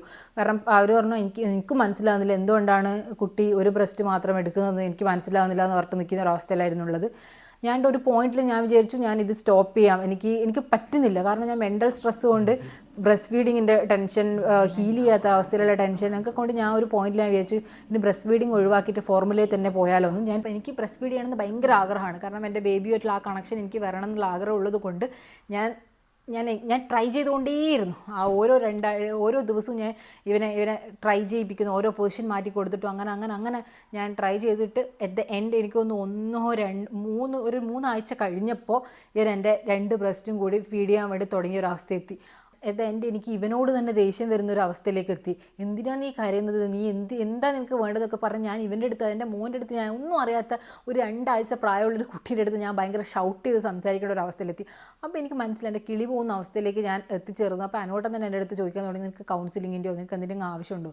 അപ്പോൾ അമൃത് വന്നിട്ട് അനോട്ടൻ്റെ അടുത്ത് പറയും, അനോട്ട അതൊന്നും പേടിക്കേണ്ട, അത് പോസ്റ്റ് പാർട്ടം ഡിപ്രഷനാണ്, അത് സപ്പോർട്ട് ചെയ്ത് ഞാൻ മാറിക്കോളും എന്ന് പറഞ്ഞിട്ട് ഇങ്ങനെ നിന്ന്. അങ്ങനെ ദിവസങ്ങൾ കഴിഞ്ഞു പോകുന്നതിനനുസരിച്ച് ഞാൻ മെല്ലനെ എങ്ങനെയോ ഇവരെ 2 പേരുടെയും സപ്പോർട്ട് കൊണ്ട് ഇവരെ 2 പേർ ഫുൾ കുക്കിംഗ് കംപ്ലീറ്റ്ലി ഇവരാണ് ഏറ്റെടുത്തത്. കുക്കിംഗ് മാത്രമല്ല എല്ലാ കാര്യങ്ങളും. ഞാൻ ശരിക്കും ബെഡിലിരിക്കുകയോ ഇവന് പാൽ കൊടുക്കുകയോ അല്ലാതെ വേറെ ഒന്നും ഞാൻ ചെയ്യാറില്ലായിരുന്നു. പിന്നെ എന്നെ കുളിപ്പിക്കേണ്ട കാര്യം അനോട്ടറാണ് എന്നെ കുളിപ്പിച്ചുകൊണ്ടിരുന്നത് 2 ആഴ്ച. ഇവനെ കുളിപ്പിക്കണം, മോനെ കുളിപ്പിക്കാനുള്ള ഇൻസ്ട്രക്ഷൻ തന്നത് ഹെബാമേ. അങ്ങനെ മോൻ്റെ കാര്യം മാത്രമായിരുന്നു ഞാൻ നോക്കിയത്. ബാക്കി വീട്ടിലുള്ള എല്ലാ കാര്യങ്ങളും, വീട് ക്ലീനാക്കേണ്ട കാര്യം ആയിക്കോട്ടെ, കുക്കിംഗ് ആയിക്കോട്ടെ, ഇവർ 2 പേര് മാത്രം എന്നെ ഹെൽപ്പ് ചെയ്തുകൊണ്ട്, ഇവർ 2 പേരും എൻ്റെ കൂടെ ഉള്ളതുകൊണ്ട് ഞാനൊരു 3 ആഴ്ച കഴിഞ്ഞപ്പോൾ എൻ്റെ ഒരു ട്രാക്കിലേക്ക് തിരിച്ചു വരാൻ തുടങ്ങി. എന്നിട്ടും ഞാൻ എൻ്റെ C-സെക്ഷൻ്റെ സ്കാറൊന്നും ഹീലായിട്ടില്ല. അതിങ്ങനെ ഇപ്പോഴും എനിക്ക് വേദനയില്ലെന്ന് ചോദിച്ചാൽ ഇപ്പോൾ 8 മാസമായി, ഞാൻ പ്രസവം കഴിഞ്ഞ് 8 മാസമായിട്ടും എനിക്കിപ്പോഴും ചില കാര്യങ്ങൾ ചെയ്യുമ്പോൾ എൻ്റെ C-സെക്ഷൻ്റെ സ്കാറിൽ പെയിൻ ഉണ്ട്. അത് എന്തുകൊണ്ടാണെന്ന് എനിക്കറിയില്ല. അങ്ങനെ ഇതായിരുന്നു എന്താ പറയുക പ്രഗ്നൻസി ജേണി, പ്രഗ്നൻസി സ്റ്റോറി. പക്ഷേ ഇപ്പോൾ 8 മാസം കഴിഞ്ഞു, എൻ്റെ മോൻ 8 മാസമായി. അത് കഴിഞ്ഞപ്പോൾ എൻ്റെ അച്ഛനും അമ്മയ്ക്കും ഇവിടെ വരാൻ പറ്റി. അതും ഭയങ്കര ഒരു ഹാപ്പി. 2 മാസം കഴിഞ്ഞിട്ടാണെങ്കിലും അച്ഛനമ്മയും വന്നു. അച്ഛനമ്മയും വന്നതിന് ശേഷമാണ് ഞാൻ കംപ്ലീറ്റ് റിലാക്സ് ആയത്. ഞാൻ എൻജോയ് ചെയ്തത് ലൈഫ്, ഇവനുമായിട്ടുള്ള മൊമെൻറ്റ് ഞാൻ എൻജോയ് ചെയ്യാൻ തുടങ്ങിയത്. ഞാൻ റിലാക്സ് ആയി ഞാൻ കിടന്നുറങ്ങിയത്. ഞാൻ മാത്രമല്ല അനോട്ടറും കിടന്നുറങ്ങിയത്. പിന്നെ എന്ന് വെച്ച് കഴിഞ്ഞാൽ നാട്ടിൽ എനിക്ക് അവരൊപ്പം പോയി നാട്ടിലെല്ലാവരെയും കാണിക്കാനും ഒക്കെ പറ്റി. അപ്പോൾ അതിന് ശേഷമുള്ള സംഭവങ്ങളൊക്കെ ഹാപ്പിയാണ്. അവൻ ജനിച്ച് കഴിഞ്ഞിട്ട് ഉള്ള ഒരു 1.5 മാസം കഴിഞ്ഞതിന് ശേഷം ഹാപ്പി ലൈഫായിരുന്നു. പക്ഷേ ആ ഒരു ജേണി, ത്രൂ ഔട്ട് ആ ജേണി എനിക്ക് ഞാൻ ഓർമ്മിക്കാൻ ആഗ്രഹിക്കാത്ത എൻ്റെ ജീവിതത്തിലെ കറുത്ത ദിനങ്ങൾ എന്നെല്ലാം പറയുമല്ലോ, അങ്ങനെ ഒരു ദിനമാണുള്ളത്. അപ്പം ഞാൻ ആലോചിക്കുക, ദിയ കൃഷ്ണയാണെങ്കിൽ തനിമലയാളിയാണെങ്കിൽ എത്ര പ്രിവിലേജ്ഡാണ്, എത്ര ബ്ലെസ്ഡാണ് അവരെന്ന്. കാരണം വെച്ചാൽ അവർക്ക് കിട്ടിയ സപ്പോർട്ട് എന്ന് പറയുന്നത്, തനിമലയാളിക്കാണെങ്കിൽ അവരുടെ ഫ്രണ്ട്സ് ഫാമിലി ഒക്കെ കൂടെ ഉണ്ടായിരുന്നു. വീഡിയോ എടുത്ത് കൊടുക്കാൻ വേറെ ആൾക്കാർ അങ്ങനെയൊക്കെ ഉണ്ടായിരുന്നു. ഞങ്ങളും വിചാരിച്ചു ഫുൾ വീഡിയോ കവർ ചെയ്യണമെന്നാണ്. പക്ഷേ ഈ സിസേറിയൻ ആണെന്ന് പറയുന്ന ആ ഒരു സമയം വരെയുള്ള വീഡിയോ ഞങ്ങളുടെ അടുത്തുണ്ട്. അത് കഴിഞ്ഞിട്ട് ഈ സംഭവം പറഞ്ഞതിന് ശേഷം ഞങ്ങൾ രണ്ടാളെ കിളിപോയ അവസ്ഥയിൽ അതെങ്ങനെ എനിക്ക് വീഡിയോ എടുത്ത് തരുമെന്ന് എനിക്കറിയില്ല സത്യം പറഞ്ഞാൽ. ഇവർക്കൊക്കെ വീഡിയോ എടുത്ത് കൊടുക്കാൻ ആൾക്കാരുള്ളതുകൊണ്ട് പ്രശ്നമില്ല. ഞങ്ങൾ രണ്ടുപേരും പിന്നെ ഇവൻ വിസിറ്റിങ്ങിന് വരുന്ന സമയത്ത് മാത്രമല്ല, ആ വിസിറ്റിങ്ങിന് വരുന്ന സമയത്ത് ഇവന് മോനെ നോക്കണം, അനോട്ടൻ ഉറങ്ങണം. ഈ ഒരു സമയത്ത് എങ്ങനെ വീഡിയോ എടുക്കും, ആ ഒരു മാനസികാവസ്ഥയിൽ എങ്ങനെ വീഡിയോ എടുക്കുമെന്ന് എനിക്കറിയില്ല. C-സെക്ഷൻ്റെ എൻ്റെ ഈ അവസ്ഥയിൽ എനിക്ക് എന്തെങ്കിലും പറ്റില്ല വീഡിയോ എടുത്തിട്ട് അത് ആ ഒരു സംഭവം കാണിക്കാൻ വേണ്ടിയിട്ട്. അതുകൊണ്ടാണ് അതിന് ശേഷമുള്ള വീഡിയോ ഒന്നും ഇല്ലാത്തത്. ഞാൻ ഒന്ന് ഓക്കെ ആയതിന് ശേഷമുള്ള ബിറ്റ്സ് മാത്രമേ എൻ്റെ കയ്യിലുണ്ടാവും, അല്ല അതുവരെയുള്ള വീഡിയോ മാത്രമേ എൻ്റെ കയ്യിലുള്ളൂ. പക്ഷെ ഇവർക്കൊക്കെ വീഡിയോ എടുത്ത് കൊടുക്കാൻ ഒരാൾ, കൂടെ നിൽക്കാൻ വേറെ ആൾക്കാർ, കുട്ടീനെ നോക്കാൻ ഒരാൾ, അങ്ങനെയൊക്കെ പറഞ്ഞിട്ടുണ്ടാകുന്ന സമയത്ത് ഞാനിങ്ങനെ വിചാരിക്കും അവരൊക്കെ ഭയങ്കര ലക്കിയും ബ്ലെസ്ഡും ആയിട്ടുള്ള ആൾക്കാരാണ്. അപ്പോൾ അങ്ങനെയുള്ള ആൾക്കാർ കാണുമ്പോൾ അവിടെ ഏത് രാജ്യത്ത് വേണമെങ്കിലും പോയിട്ട് കുട്ടികളെയൊക്കെ നോക്കാം. പക്ഷെ എന്നെപ്പോലുള്ള ആൾക്കാർക്ക് ഞാൻ എപ്പോഴും സജസ്റ്റ് ചെയ്യുക, ഞങ്ങളെ പാരൻസിനും അച്ഛനെയും അമ്മേനെയും അല്ലെങ്കിൽ ഈവൻ മദറിൻലോനെയോ ഫാദറിൻലോനെയോ കൊണ്ടുവന്നിട്ട് മാത്രം നിങ്ങൾ നോക്കുക. ഒരു സപ്പോർട്ടില്ലാതെ നോക്കാൻ പാടില്ല. അപ്പോൾ ഇത്രയും എനിക്ക് പറയാനുള്ളൂ. ഇത് വലിയൊരു വീഡിയോ ആയിരിക്കും, നിങ്ങൾ കാണുമോ ഇല്ലയോ ഒന്നും എനിക്കറിയില്ല. പക്ഷേ ജർമ്മനിയിലുള്ള ആൾക്കാർ ഇത് കണ്ടിട്ടുണ്ടെങ്കിൽ അവർക്ക് ഇത് കുറച്ച് ഉപകാരപ്പെടുമെന്ന് എനിക്ക് തോന്നുന്നു. കാരണം കെയർഫുൾ ആയിരിക്കുക. ഞാൻ ചെയ്ത മണ്ടത്തരം ആരും ചെയ്യാതിരിക്കുക. ഒരു ലാസ്റ്റ് മൊമെൻറ്റിൽ ഇവരിങ്ങനെ ഒരു സംഭവം വന്നിട്ട് പറയുമ്പോൾ ഒന്നും നോക്കാതെ ഒന്നിലും സൈൻ ചെയ്ത് കൊടുക്കാതിരിക്കുക. ഒന്ന് അറ്റ്ലീസ്റ്റ് എനിക്ക് കേൾക്കണം, എന്താണ് ഇതിൻ്റെ പ്രൊസീജിയർ എന്ന് അറിയണം എന്ന് പറഞ്ഞിട്ട് അവരോട് ചോദിക്കുക. അങ്ങനത്തെ സംഭവം ചോദിച്ചതിന് ശേഷം മാത്രം ചെയ്യുക. അല്ലാതെ ഇങ്ങനത്തെ പരിപാടിക്ക് പോകാൻ നിൽക്കരുത്. അത്രയേ എനിക്ക് പറയാനുള്ളൂ.